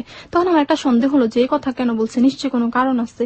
তো রাতের বেলা আমার মনটা ভালো ছিল না, ভালো তো ছিল না, এর মধ্যে সে আমাকে এরকম একটা বললো ভাইয়া। তখন আমার এত খারাপ লাগছে যে আমি কি করলাম, আমি সুখের আশায় তাকে বিয়ে করলাম, জীবনে এত কষ্ট পাইছি, যার সাথে বিয়ে হলো সে এরকম, এটা তো আমি তার কাছে আশা করি নাই। সুখের লাগিয়া এ ঘর বাঁধিনু অনলে পুড়িয়া গেল।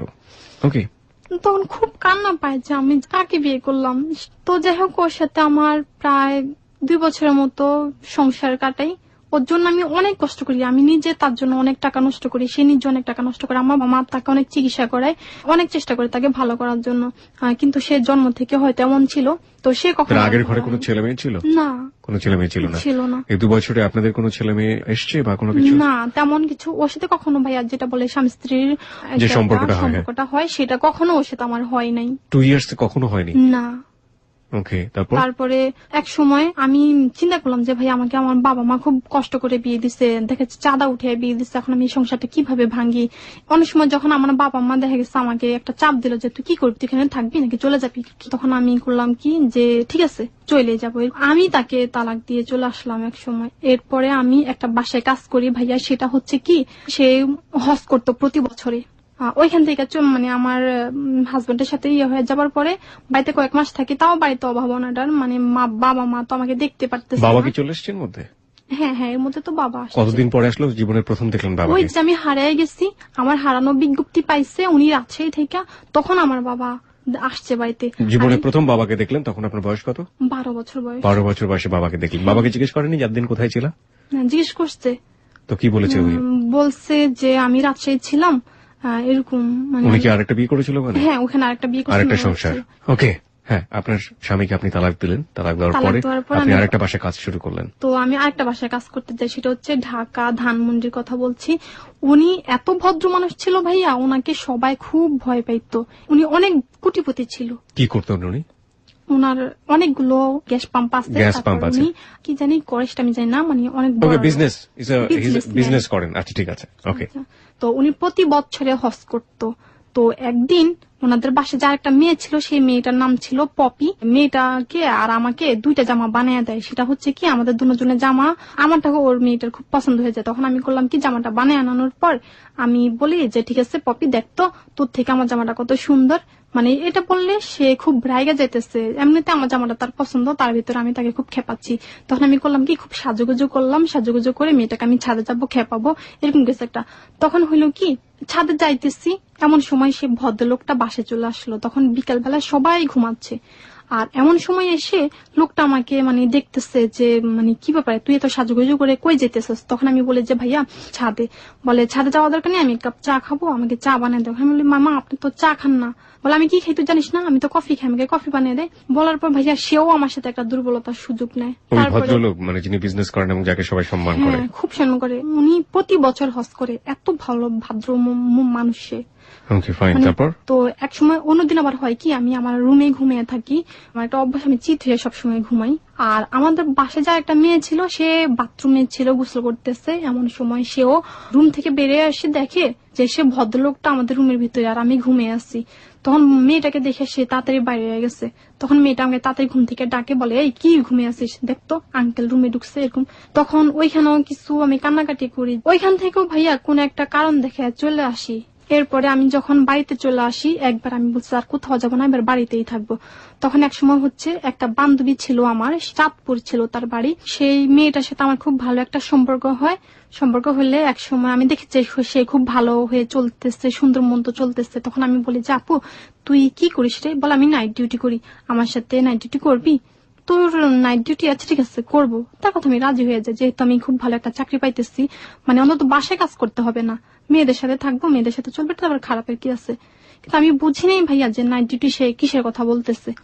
আপনারা হয়তো অনেকেই বুঝেছেন যে নাইট ডিউটি মানেটা আসলে এখানে কি।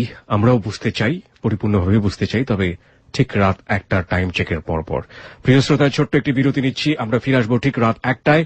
আপনারা সবাই শুনছেন Close Up presence hello 8920। Hello 8920তে আজকে একজন গৃহকর্মী আখির জীবনের গল্প উঠে আসছে, যেখানে সমাজের শত শত আখিকে এভাবেই নির্যাতিত হতে হয় প্রতিনিয়ত। দে আর অলসো হিউম্যান বিইং। তাদেরকে নিয়ে সভা হয়, তাদেরকে নিয়ে সেমিনার হয়, তাদেরকে নিয়ে সুশীল সমাজের প্রতিনিধিরা অনেক বড় বড় কথা বলেন, তাদের অধিকারের জন্য বিভিন্ন নন গভর্নমেন্ট অর্গানাইজেশন যারা আছে তারা কাজ করেন। এবং তারপরও আমরা পত্রপত্রিকার পাতায় বছরের পর বছর, মাসের পর মাস, দিনের পর দিন সেই একই চিত্র দেখে থাকি। কারা করছেন এই কাজগুলো? কোন ইউনিভার্সিটির টিচার, সবচেয়ে এলাকার সম্ভ্রান্ত ব্যবসায়ী, কিংবা একেবারে সমাজের সাধারণ একজন মানুষ, কিংবা আমরা বলতে পারি যে আজকে আখির মতো করে যে ঘটনাগুলো উঠে আসলো, একেবারেই বখাটে একটা ছেলে। যারা করছেন, যেভাবে অত্যাচারিত হচ্ছে, এই যে আখির মতো সাধারণ মানুষগুলো, গৃহকর্মী যারা ভাগ্যের নিদারুণ পরিহাসে, যাদের সম্ভাবনা থাকে ছোটবেলায় লেখাপড়া করে নিজের পায়ে দাঁড়াবে, সেই মানুষগুলো শুধুমাত্র দুবেলা দুমুঠো অন্ন, নিজের পেটের ভাত জোগাড় করবার জন্য এই যে নিজের শরীরটাকে প্রতিনিয়ত হেনস্থার শিকার হচ্ছেন, তাদেরকে নিয়েই বড় বড় কথা বলেন এই সমাজে সুশীল সমাজের প্রতিনিধিরা। কিন্তু অবস্থার পরিবর্তন কি হচ্ছে? The big question mark. আমরা ফিরে আসতে চাই রাত ঠিক 1টায়, এবং আপনারা যদি ওকে দেখতে চান চলে আসতে পারেন আমাদের ফেসবুকে। আমাদের ফেসবুকের ঠিকানা facebook.com/hello8920।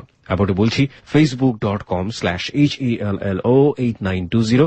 ওখানে কি অবশ্যই লাইক দেবেন। লাইক দেবার সঙ্গে সঙ্গে আপনি hello 8920 মেম্বার হয়ে যাবেন। Close Up presents Hello 8920. Close Up. The closer, the better. প্রথম দেখা, ভালো লাগা, সেই থেকে কি ভালোবাসা? কিন্তু কখনোই যাওয়া হয়নি পছন্দের মানুষটির কাছে, খুলে বলা হয়নি মনের কথাটি। ওকে, অলরাইট। মনের মানুষের কাছে যেতে চাইতো কনফিডেন্স, তাই না?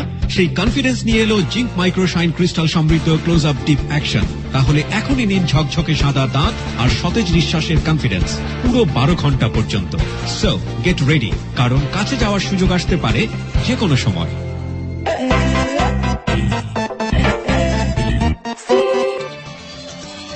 এখন স্পটলেস উজ্জ্বলতা আরো সহজে। যুগান্তকারী জেন হোয়াইট ফর্মুলা সমৃদ্ধ পন্ডস হোয়াইট বিউটি এখন 115 টাকার প্যাকেও পাওয়া যাচ্ছে। স্পটলেস উজ্জ্বলতা মাত্র 7 দিনে। 1990 শ্রীলঙ্কার মাঠে একদিনের ম্যাচে ঘড়ি দেখ কয়টা বাজে হিসেব আছে? কেন রাত 10টা? উফ, তবুও তুই বলছিস ফেয়ারনেস ট্রিটমেন্টের কথা। এত রাতে কোন পার্লারটা খোলা আছে? শোন, এখন থেকে ঘরে বসে রাত জুড়ে চলবে নাইট ফেয়ারনেস ট্রিটমেন্ট। কিভাবে? এলো fair and lovely night fairness treatment. এটি ত্বকের 5 স্তর গভীরে পৌঁছে আপনার সেলগুলো উজ্জ্বল করে আর নতুনের মতো করে তোলে। ফলে রাত জুড়ে আপনি পান ডাবল অ্যাকশন ফেয়ারনেস। নতুন fair and lovely night fairness treatment.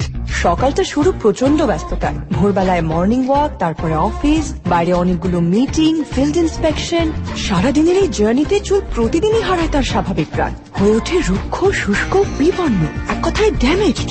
নতুন ডাভ ইন্টেন্স রিপেয়ারে আছে কেরাটিন অ্যাক্টিভ। চুলে পুরনো প্রাণ ফিরিয়ে আনতে ড্যামেজড চুলের কোষের গভীরে পৌঁছে চুলে যোগায় প্রয়োজনীয় প্রোটিন, যা ল্যাব টেস্ট দ্বারা পরীক্ষিত। আর আপনি থাকুন চুল নিয়ে চিন্তামুক্ত।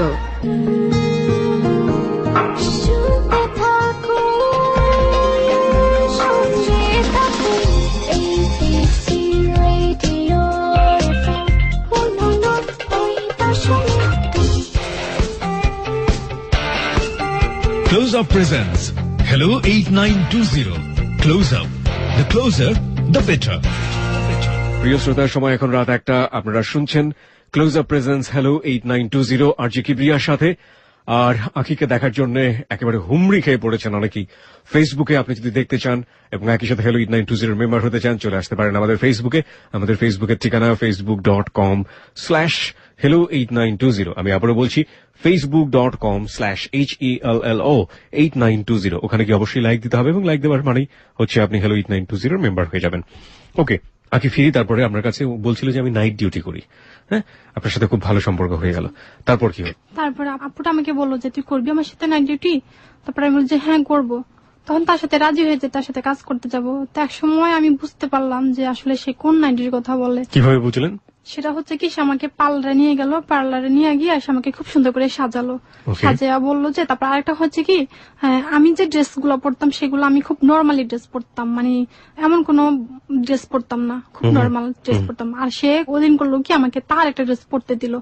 তো তার ড্রেসটা পরে আমি গেলাম এবং সে পার্লারে আমাকে অনেক সুন্দর করে সাজায়। সাজাইলে সে আমাকে নিয়ে যায় একটা, যেখানে মেয়েরা কাজ করে ওখানে নিয়ে যায়। নিয়ে গেলে তো যখন যাচ্ছি তখন আমি বুঝতে পারলাম, সে আমাকে তখন বলছে আরেকটা বিষয়। এর আগে বলি, সে আমাকে কিছু পার্লার থেকে বাসায় এসে যখন যাব তখন সে আমাকে কিছু ছবি দেখাইলো। ছবিটা হচ্ছে কি, যেমন খারাপ খারাপ অনেকগুলো ছবি আছে, ওই সব কিছু ছবি দেখাইছে। ছবি দেখানোর পর ও আমাকে কিছু বুদ্ধি শিখাইলো। সে যেটা বলতে চাই সেটা হচ্ছে, আমি এখন বিশ্বাস করি যে আসলে শয়তান না বুদ্ধি সেগুলা মাথায় আসলে খুব তাড়াতাড়ি কাজ করে। তো আমি তখন বুঝলাম যে হ্যাঁ, ও যা বলতেছে তা তো ঠিকই। জীবনে কি পেয়েছি, কোনো স্বাদ আল্লাহ তো কিছুই পুরা করতে পারি নাই। তো ঠিক আছে, এখন থেকে কারো কথা শুনবো না। এখন থেকে সত্যি আমি নিজেই খারাপ হয়ে যাব, খারাপ পথে চলবো। ও যে পথে চল আমি সে পথে চলবো। এই বুদ্ধিগুলো আপনাকে দিল? হ্যাঁ, সে আমাকে এরকম বুদ্ধি দিল। তখন আমি বললাম যে তাহলে ভালো থাকতে পারবো, ভালো খাইতে পারবো, এরকম কিছু বুঝালো। তখন আমি বলি যে আচ্ছা ঠিক আছে করব। তখন আমি একটা জিনিস, ও আমাকে বোঝালো যে এই চাঁদপুরে যদি কেউ এরকম কোনো কাজ করতে আসে তাহলে সে একটা, মানে আমাদের এই চাঁদপুরে একটা সিনিয়র ভাই আছে, সেই সিনিয়র ভাইয়ের কাছে আগে যেতে হবে, ওর সাথে আগে কাজ করতে হবে, তারপরে অন্য কারোর সাথে। এটা সে আমাকে বুঝালো।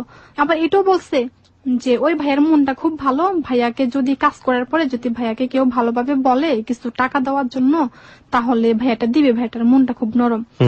তারপর আমি বলি আচ্ছা ঠিক আছে। আর ও আমার সাথে আরেকটা কন্ট্যাক্ট করে, সেটা হচ্ছে ও আমাকে দেখা গেছে কেউ তার কাছে ফোন করবে, ফোন করলে সে আমাকে পাঠাইলে সেখান থেকে ওকে আমার টাকা দিতে হবে। তো এরকম কিছু একটা বলেও আমাকে নেয়, সেখানে নিয়ে গিয়ে সে আমাকে ওই ভাইয়াটার কাছে দেয়। ভাইয়াটার সাথে আমার কাজ করতে হবে, কাজ করলে এরপর করবে। তো দেখা গেছে সেখানে আমি গিয়ে এমন একটা পরিস্থিতিতে পড়ি, সেটা আমি কখনো ভাবি না যে তার পরিবেশটা এমন। আমি প্রথম ভাবছিলাম ভাইয়া, যেটা সত্যি কথা সেটা হচ্ছে আমি যার সাথে কাজটা করব শুধু একমাত্র সে জানবে আর আমি জানবো, আর কেউ জানবে না, এরকম আমি ভাবছিলাম। কিন্তু যখন আমি গিয়ে দেখলাম যে এমন অবস্থা, ওখানে মানে কাজ করতে হলে এমন ভাবে করতে হবে সেটা সবার সামনে সবাই জানবে, এরকম আমি ভাবতে পারি। সবার সামনে মানে ওখানে কিরকম লোকজন ছিল? অনেক লোকজন ছিল। আর যেখানে করা হয় সেখানে আলাদাই করা হয়, কিন্তু দেখা যাচ্ছে সবার সামনে থেকে আমাকে ভাইয়াটা হাতে ধরে নিয়ে যায়। তখন আমি খুব কান্না করি যে না আমি এটা করবো না। মানে তখন আমার হলো যে আমি তো নিজেকে ক্ষমা করতে পারবো না, কি করছি আমি, আখি এতই খারাপ হয়ে যাচ্ছি, টাকার জন্য আমি এত খারাপ কাজ করতে পারি, মানে এরকম কিছু একটা আমার ভিতরে ফিল হলো। তখন আমি একটা ভয় হলো যে আল্লাহ আমাকে তো মরতে হবে, আমি এত খারাপ পথে কেমন যাচ্ছি। আর আমি গরিব ঘরের মেয়ে, সেটাও ঠিক, একটা চাকরি দরকার, কিন্তু এমন তো ইমার্জেন্সি আমার কোন টাকার দরকার না, তাহলে আমি এই কাজটা এখন কেন করতেছি। মানে এটা আমার একটা ভয় হলো যে আমি, আল্লাহ পাক তো আমাকে ছাড়বে না, আমি যখন মরবো আল্লাহ পাকের জন্য আমাকে কঠিন শাস্তি দিবে। তখন যখন ওখানে যাই কাজে, আমি এইগুলোই ফিল করতেছি মনে মনে। আর ভাইয়াটা তার প্রস্তুতি নিতেছে আমার সাথে এগুলা করার জন্য। এরপরে আমি করলাম কি, ভাইয়াটাকে অনেক কাকতি মিনতি করে বলে যে ভাইয়া প্লিজ আমি আপনার পায়ে পড়ি, আপনি আমার সাথে এরকম করেন না, আমি সব আগে কখনো করি নাই, আমি এই মেয়েটার সাথে চলতেছি, মেয়েটা হঠাৎ করে আমাকে এখানে নিয়ে, তবে যখন আমি আসতেছি তখন মেয়েটা আমাকে বলছেন এর আগে ও আমাকে এরকম কিছু করতে হবে এটা বলে নাই। তখন সে আমাকে বলে তুই তো ইচ্ছে করে আসছস, আচ্ছা ঠিক আছে, তো আসলে তো আমার সাথে কাজ করতে হবে, আর আমার সাথে কাজ না করলে তুই চাপ করে কাজ করতে পারবি না, তোকে এসব কাজ করতে দেওয়া হবে না, এরকম কিছু একটা বললে আমি মানে খুব কান্না করি। কান্না করলেও সে আমাকে ছাড়ে না, সে আমাকে অনেক মারে, তার সাথে আমার কাজটা করতে হবে, না করলে সে আমাকে মানে এখান থেকে যাইতে দেবে না। তখন এক সময় সে আমাকে বলে যে তোকে আমি এখান থেকে মাইরা তারপরে মানে যায়া করি করবো, কিন্তু আমার সাথে কাজটা করতে হবে। তখন খুব ইয়া করার পরে দেখা গেল আমি এক সময় তার সাথে একটা মিথ্যে বলি, সেটা হচ্ছে আমি বলি যে ভাইয়া প্লিজ আপনি আমার সাথে এরকম করবেন না, আমার একটা বাচ্চা আছে ভাইয়া, আমার বাচ্চাটার খুব অসুখ, সেজন্য আমি বাচ্চাটার চিকিৎসার জন্য আমার কিছু টাকা দরকার ছিল, এর জন্য আমি এখানে আসছি, আমি কি খারাপ কাজের জন্য আসছি, কিন্তু বিপদে পড়ে আসছে ভাইয়া, আপনি প্লিজ আপনি আমার সাথে কাজটা করেন না, আমার মেয়েটাকে আমাকে মানে বাঁচার জন্য একটু ইয়া দেন। ভাইয়াকে বললে তারপর দেখা যাচ্ছে সে মানে অনেক জোর করার পরেও আমি তাকে মানে দেই না। সে আমাকে একটা কথা বলে যে তুই যেখানে আসছস তোকে কাজ না করে যাই দিব না। তারপরও আমি মানে পায়ে পড়ে মানে খুব মানে কাকতি মিনতি করে কান্না করার পরে সে মানে একসময় মানে মনে মনে ভাবে যে আচ্ছা ঠিক আছে তুই যখন চাচ্ছিস না, আচ্ছা ঠিক আছে। তখন সে করলো কি আমাকে রাইখা টয়লেটে গেল, টয়লেটে গেলে সে কিছুক্ষণ পরে আসে, আইসাতে আমাকে জিজ্ঞেস করে যে আচ্ছা তোর কথাগুলো বলতো, তুই কেন করতে চাচ্ছিস না। তখন আমি মিথ্যে গলা বললাম যে ভাইয়া জীবনে আমার কেউ নেই ভাইয়া, আমার একটা বাচ্চা আছে শুধু, আসলে আমার ভাইয়া কোনো বাচ্চা ছিল না, সেটা আমি তাকে মিথ্যে বলছি মানে নিজেকে বাঁচার জন্য। মিথ্যে গলা যখন বলি তখন আমাকে ছাইরা দেয়, ছাইরা দিয়ে সে আমাকে করলো কি কিছু টাকা দিয়ে দিল, সেটা হচ্ছে 5,000 টাকা দেয়। 5,000 টাকা দিলে আমি ওই টাকাগুলো দিয়ে কিছু টাকা ঘরে দেই আর কিছু টাকা আমি নিজে খরচ করি, সেটা হচ্ছে সেই টাকাগুলো আমি সেলের কাজ শিখি।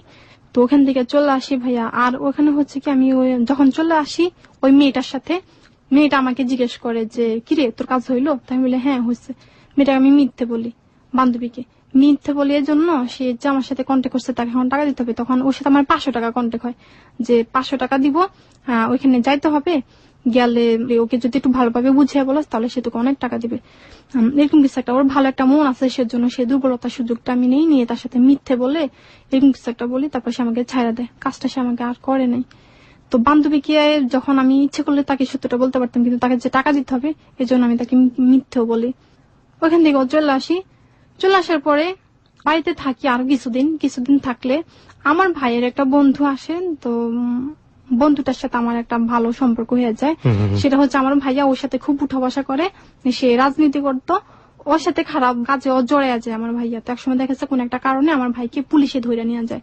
পুলিশে ধরে নিয়ে গেলে সেখানে কিছু কাজে জড়িত থাকে সেই ছেলেটার সাথে আমি মানে বন্ধুত্ব করলাম ইচ্ছে করে, যাতে সে আমার ভাইয়ের কোনো ক্ষতি না করে। আমার ভাইয়ের ও যে কাজে জড়িত ছিল সে মধ্যে আমার ভাইয়ের তার নামটা বলে দিচ্ছে, যে আমার ভাই যখন পুলিশে ধরলে জিজ্ঞেস করে যে তোর সাথে এইসব কাজে কে কে জড়িত ছিল, তখন সে সবার নাম বলে দিলে তখন সেই ছেলেটা বলে যে তুই যখন আমার নামই বলছিস আমি তো তোকে এমনি ছাড়বো না, মানে এরকম গেছে একটা জিদ করে আমার ভাইয়ের উপর। তখন এই কথাটা সে আমাকে বললে আমি তখন বলি যে আচ্ছা ঠিক আছে, আমি ওর সাথে একটা বন্ধুত্ব সম্পর্ক করি, যাতে মানে আমার ভাইয়ের সাথে এমন মানে কোনো আচরণ না করে, আমার ভাইয়ের কোনো ক্ষতি না করে, সেজন্য ইচ্ছে করে তার সাথে আমি বন্ধুত্বের সম্পর্কটা করি। তারপরে এক সময় তার মায়ায় পড়ে যাই ভাইয়া, যেটা হচ্ছে সে আগে একটা মেয়েকে ভালোবাসতো, সেই মেয়েটাকে ভালোবেসে সে মানে অনেক কষ্ট পায়। তো কষ্ট পাওয়ার জন্য সে দুঃখগুলো আমার কাছে শেয়ার করলে দেখা গেল যে আমিও তার মায়ায় পড়ে যাই, তাকে ভালোবেসে এক সময় দেখা গেছে তার সাথে আমার এভাবে সম্পর্কটা যায় অনেকদিন। এক সময় তার সাথে আমার ফিজিক্যালি সমস্যাটা মানে হয়, কাজটা সে আমাদের বাড়িতে আসে, বাড়িতে আসলে তার সাথে আমার এই কাজটা হলে তখন আমি মানে হয়ে যাই, যেটা আমার পেটে বাচ্চা চলে আসে, কিছু একটা হয়, সে আমার কোনো পদ্ধতি নেয় না। তখন আমি যখন তাকে মানে পাচ্ছি না, তখন সে টোটালি একবারে আমার মানে এই কাজটা হওয়ার পর সে আমার সাথে মানে ইয়ে করা ছেড়ে দিচ্ছে, মানে কথাবার্তা বলা ছেড়ে দিচ্ছে। ছেড়ে দেওয়ার পর দেখা গেল যে যখন আমি তার ইয়েটা পাচ্ছি না, মানে তার কাছ থেকে আর কোনো ফোন পাচ্ছি না বা ইয়ে পাচ্ছি না, তখন আমি নিজেকে ইয়ে করি। তখন আমি তার কাছে অনেকবার ফোন করি, সে আমার ফোন রিসিভ করে না, বা সে আমাকে মানে খুব ইয়ে করতেছে, মানে এড়িয়ে যাচ্ছে। তারপরে ভাইয়া যখন ওর কাছ থেকে ভাই আমি ছাকাগুলা খাই, মানে এইভাবে দিনের পর দিন ভাইয়া, যখন আমি প্রত্যেকটা মানুষের কাছে যখন আমি এইভাবে আমি ইয়া পাইতেছি, কারোর কাছে সুখ পাইতেছি। প্রেগনেন্ট হওয়ার পর আপনি কি করলেন? প্রেগনেন্ট হওয়ার পর আমি তাকে জানাই যে তোমার তো এরকম আমার বাচ্চা পেটে, এখন কি করবা? সে বলে আমার কি, তো বাচ্চা পেটে তো আমি কি করবো? তখন বলি তুমি আমাকে বিয়ে করবে বলে ছলনা দিয়া মানে তুমি আমাকে এমন করলা, এখন তুমি বলতেছো তোমার কি, মানে তুমি এটা কি বলতে চাচ্ছ? ও আমাকে এই সম্পর্ক কিছু চায় না, মানে ওর কাজ শেষ, এখন ও নিজেও মানে চলে যাচ্ছে, ওরা এখন আর ও আমাকে চিনে না মনে যেন এমন। তারপর আমি যখন এভাবে চারদিক থেকে মানে এভাবে মানে ধোকাগুলা খাইতেছি, তারপর এক সময় আমার নিজের খুব জিদ হয় নিজের উপরে যে আমি এখন থেকে খারাপ হয়ে যাব, খারাপ কাজ করব, খারাপ পথে চলে যাব। এরকম ভাবে তখন আমি করি কি একটা ছেলের সাথে, সেটার নাম আমি বলবো না, একজন ভদ্রলোকের সাথে আমার এই কাজটা হয়। সেটা আমি নিজে জিদ করে করি। জিদ করে করার পরে দেখা গেল তখনও মানে তখন এরকম একটা হয়। তো কেন করেন মানে এই কাজটা করার পরে কি আপনি টাকা পয়সা পান? হ্যাঁ, টাকা পয়সা কিছু দিচ্ছে আমাকে। তো যখন এই লোকের সাথে আপনার পরিচয় হলো কিভাবে? আমাদের এলাকার। তো ওনার সাথে মানে আমি জিদ করে এটা করি যে মানে আমি যখন চারদিকে ভাবে ধোকা খাইতেছি। ওকে ফাইন, আপনি এটা করে কিছু টাকা পয়সা পান, তারপর কি হলো? কিছু টাকা পয়সা যখন পাইলাম তারপরে দেখা গেল এক সময় ভাইয়া আমি করি, যেটা হচ্ছে আমি এখন যে ভাবির কাছে থাকি, এই ভাবির কাছে যখন আমি থাকি সে ভাবিটা হচ্ছে এমন মানে উনি খুব তাবলিগে যায়, তাবলিগ করে, উনি খুব ভালো মানুষ। তারপরে হলো কি উনি সবসময় তাবলিগে যাইতো, একসময় আমাকে বলে যে এই তুই যাইতে পারস না আমার সাথে, চল যাবি। তখন আমি বলে যাচ্ছে ঠিক আছে, গেলাম। তারপর দেখা যাচ্ছে আমি ভাইয়া প্রথম যেদিন আমি তালিমে যাই সেই দিন আমি তাবলিগের আপারা এমন কিছু কথা বলে ভাইয়া বিশ্বাস করবেন, সেটা হচ্ছে এমন কিছু কথা সেখানে বলে আমার মনে হলো কি ভাইয়া সেই কথাগুলো আমাকে উদ্দেশ্য করে বলতেছে, আর আমার মনে হলো কি ভাইয়া সে আমাকে বলতেছে। আমার এটাই ফিল হলো যে আমাকে বলতেছে মনে হয় যেন। কি বললো আপনাকে? যেমন অনেক বড় করে ঘটনাটা তারা বলে, যেটা হচ্ছে মানে জিনা কাজ করলে যে কি হয় মানে হয়, তার পাপের শাস্তিগুলা কিরকম ভাবে হবে, মানে ভয়াবহ। যখন এভাবে বলে তখন আমি করি কি এভাবে মানে করি যে হায় আল্লাহ, তখন এরা যখন এভাবে বলছে পাপের কাজের যে শাস্তি কি, তাহলে আমি কি করতেছি, আমি কোন পথে যাচ্ছি, খুব ভয় হলো। মানে ওরা যেটা বলছিল যে এই ধরনের জিনিস হলে একটা ভীষণ রকমের শাস্তি হয়, তখন আলটিমেটলি আপনার ভিতরে এক ধরনের বোধোদয় কাজ করলো যে না আমি তো ইচ্ছা করে এটা করছি, নিজের যেতে পড়ে আপনি এখন এই লাইনে চলে আসছি, টাকা পয়সা রোজগার করছি, তখন আপনার ভিতরে নিজের জায়গাটাতে খারাপ লাগলো যে হায় আল্লাহ আমি তো এই ধরনের কাজ করছি।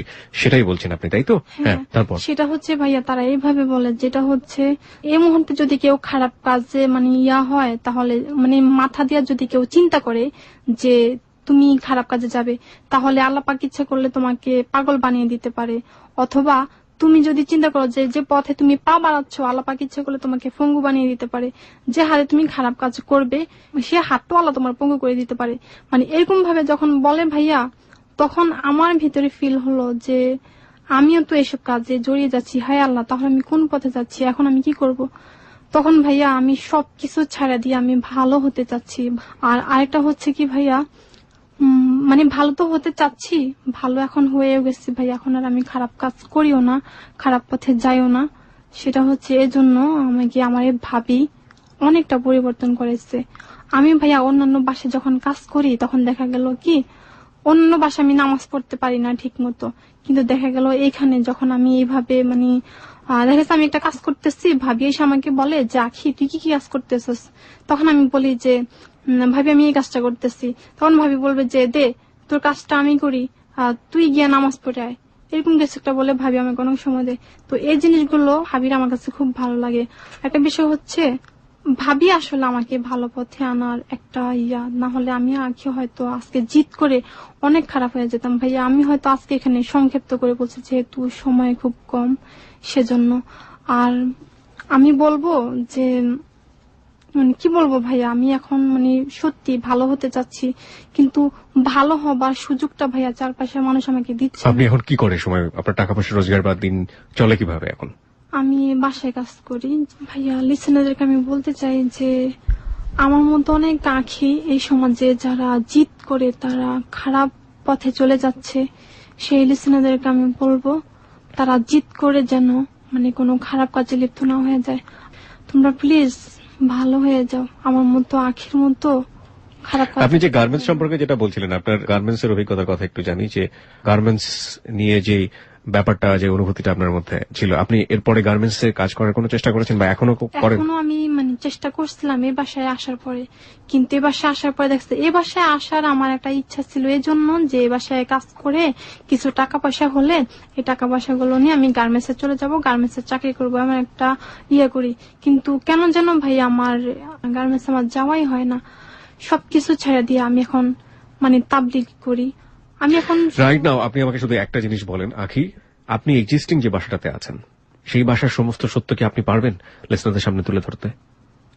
পারবেন না। The big question is that right now একটা বাসাতে কাজ করে, সেই বাসা ওর রুটি রুজির ব্যবস্থা করে। ওই বাসাটা নিয়ে আমি ওকে বলার জন্য অনেকবার বলেছিলাম, বাট ও বলবে না। সেই বাসার সমস্ত সত্য আমাদের সামনে আনা সম্ভব নয়, কারণ সেই বাসার গৃহকর্ত্রী কিংবা গৃহকর্তা যারা আছেন তারা শুনছেন, তাদের কোনো জিনিস হয়তো মনোভূত হবে বা কোনো কিছু হবে না, বা রিয়েল সত্যটাকে তারা হয়তো ওভাবে নিতে পারবেন না। আমি শুধু একটা কথা বলতে চাই শেষের দিকে এসে, এটাই হচ্ছে একজন গৃহকর্মীর জীবন বাংলাদেশের সমাজে। এর বাইরে হয়তো অসাম কোনো ঘটনা থাকে, অসাম কোনো গল্প থাকে যে একজন গৃহকর্মী যে হয়তো অনেক ভালো একজন মানুষের সান্নিধ্যে এসে নিজের জীবনটাকেই পাল্টে ফেলেছেন, সেই মানুষটিকে হয়তো দেবতার মতো সম্মান করেন। আর এই যে মানুষ আজকে যে আখিকে আমরা পেলাম, সেই আখির গল্প, সেই আখির জীবনের গল্প আমরা সমাজের হর হামেশাই শুনি। একজন মেয়ে হয়ে জন্ম নেয়ার পরে একজন গৃহকর্মী হলে সেক্সুয়াল ভায়োলেন্স থেকে শুরু করে শারীরিক নির্যাতন থেকে শুরু করে জীবন মানে যে কতটা দুর্বিষহ অনুভূতি, সেটাকে নতুন করে বলার আর কোনো জায়গা নেই। আমার শেষ দিকে প্রশ্নটা হচ্ছে, একটা মানুষ একটা অনেক বড় সম্ভাবনা।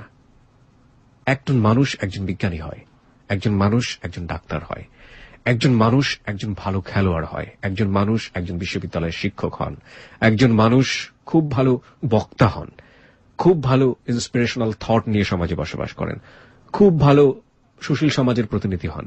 একজন মানুষই এটা হন। এই যে আখি যে সমাজ থেকে ঝরে গেল বা সমাজ থেকে ঝরে যাওয়ার জন্য আমরা যারা বাধ্য করলাম, তারা একবারও কি ভেবে দেখতে পারি যে আখিদেরকে যদি এগিয়ে নেই তাহলে আমাদের পরিবারটা এগিয়ে যাবে, আমাদের সমাজটা এগিয়ে যাবে, আমাদের দেশটা এগিয়ে যাবে? একবারও কি মানুষ হিসেবে চিন্তা করার জায়গাটা কি আমাদের ভিতরে আছে যে এই যে আখি, সেই আখিকে যদি সত্যিকার অর্থেই পরিবারের একজন সদস্য হিসেবে বড় করা যেত, তাহলে আখির কাছ থেকে অনেক বড় কিছু পাওয়া যেত? এই চিন্তার জায়গাটিতে আমাদের পরিবর্তন আনাটা জরুরি। আমরা এখানে যে আখিকে তুলে ধরেছি, আমরা বিলিভ করি যারা শুনেছেন তাদের মধ্যে অনেক আখি আজকে নিজের জীবনের গল্পের সাথে আখির মিল খুঁজে পেয়েছেন। আজকে যারা আখিকে শুনলেন, আমাদের শ্রোতাদেরকে আমি শ্রদ্ধা রেখেই বলতে চাই, হ্যালো 8920 শ্রোতা যারা মনে প্রাণে হ্যালো 8920 ভালোবাসেন, তারা খারাপ কাজ করতে পারেন না। তারপরেও আমি বলতে চাই, তাদের মধ্যেই হয়তো বা কেউ একজন লুকিয়ে আছেন বা কেউ কেউ লুকিয়ে আছেন যারা এরকম আখির সাথে প্রতিনিয়ত অন্যায় আচরণ করছেন। একবার একটু ভেবে দেখবেন কি, এরাও মানুষ, এদেরও ভালো মন্দের অনুভূতি আছে, এরাও কষ্ট পেলে কাঁদে, এদেরও ক্ষুধা পায়, এবং এরা যদি সম্ভাবনার দুয়ারে দাঁড়াতে পারত, একটা ভালো কাজ করে দেখুন না। একজন মানুষকে প্রতিপালন করার জন্য, একজন মানুষকে সুস্থ করে বাঁচার জন্য একটু পরিবেশ দিয়ে দেখুন না। আপনি যে অন্যায় আচরণ করে তাদের কাছ থেকে যে সুখানুভূতিটা নেওয়ার চেষ্টা করছেন, সেই ভালো কাজটা করে সেই যে সুখানুভূতি, সেই সুখানুভূতি তো এর চাইতে কয়েক হাজার গুণ বড়। আপনি একটু চেষ্টা করে দেখুন না। আখিকে নিয়ে জীবনের কোনো পরামর্শ আমি দিতে চাই না। আখির মধ্যে ভালো বোধ আছে, ও ওর জায়গা থেকে তাবলিগে গিয়েছে, তাবলিগ নিয়ে বলেছে, যখন ওকে এই ধরনের জেনার কথা বলা হচ্ছিল, এই ধরনের কথা বলা হচ্ছিল, তখন ওর ভেতরটা এফোর্ড ওপর হয়ে গেছে, হায় হায় আমি কি করছি। ও ভালোভাবে বাঁচতে চেয়েছে প্রতিনিয়ত, ওর ভিতরে বিবেক আছে, কিন্তু সমাজ ওকে দিচ্ছে না, পরিবার ওকে দিচ্ছে না, চারপাশটা ওকে দিচ্ছে না। আমরা যদি না জাগি মা, কেমনে সকাল হবে? এই আমি কিবরিয়া থেকে শুরু করে যারা আজকে শুনলেন এখানে, তাদের প্রত্যেককে বদলাতে হবে। আমরা আর কিছু না পারি। একটা কথা আছে না যে জীবে দয়া করে যেই জন, সেই জন সে বিছেই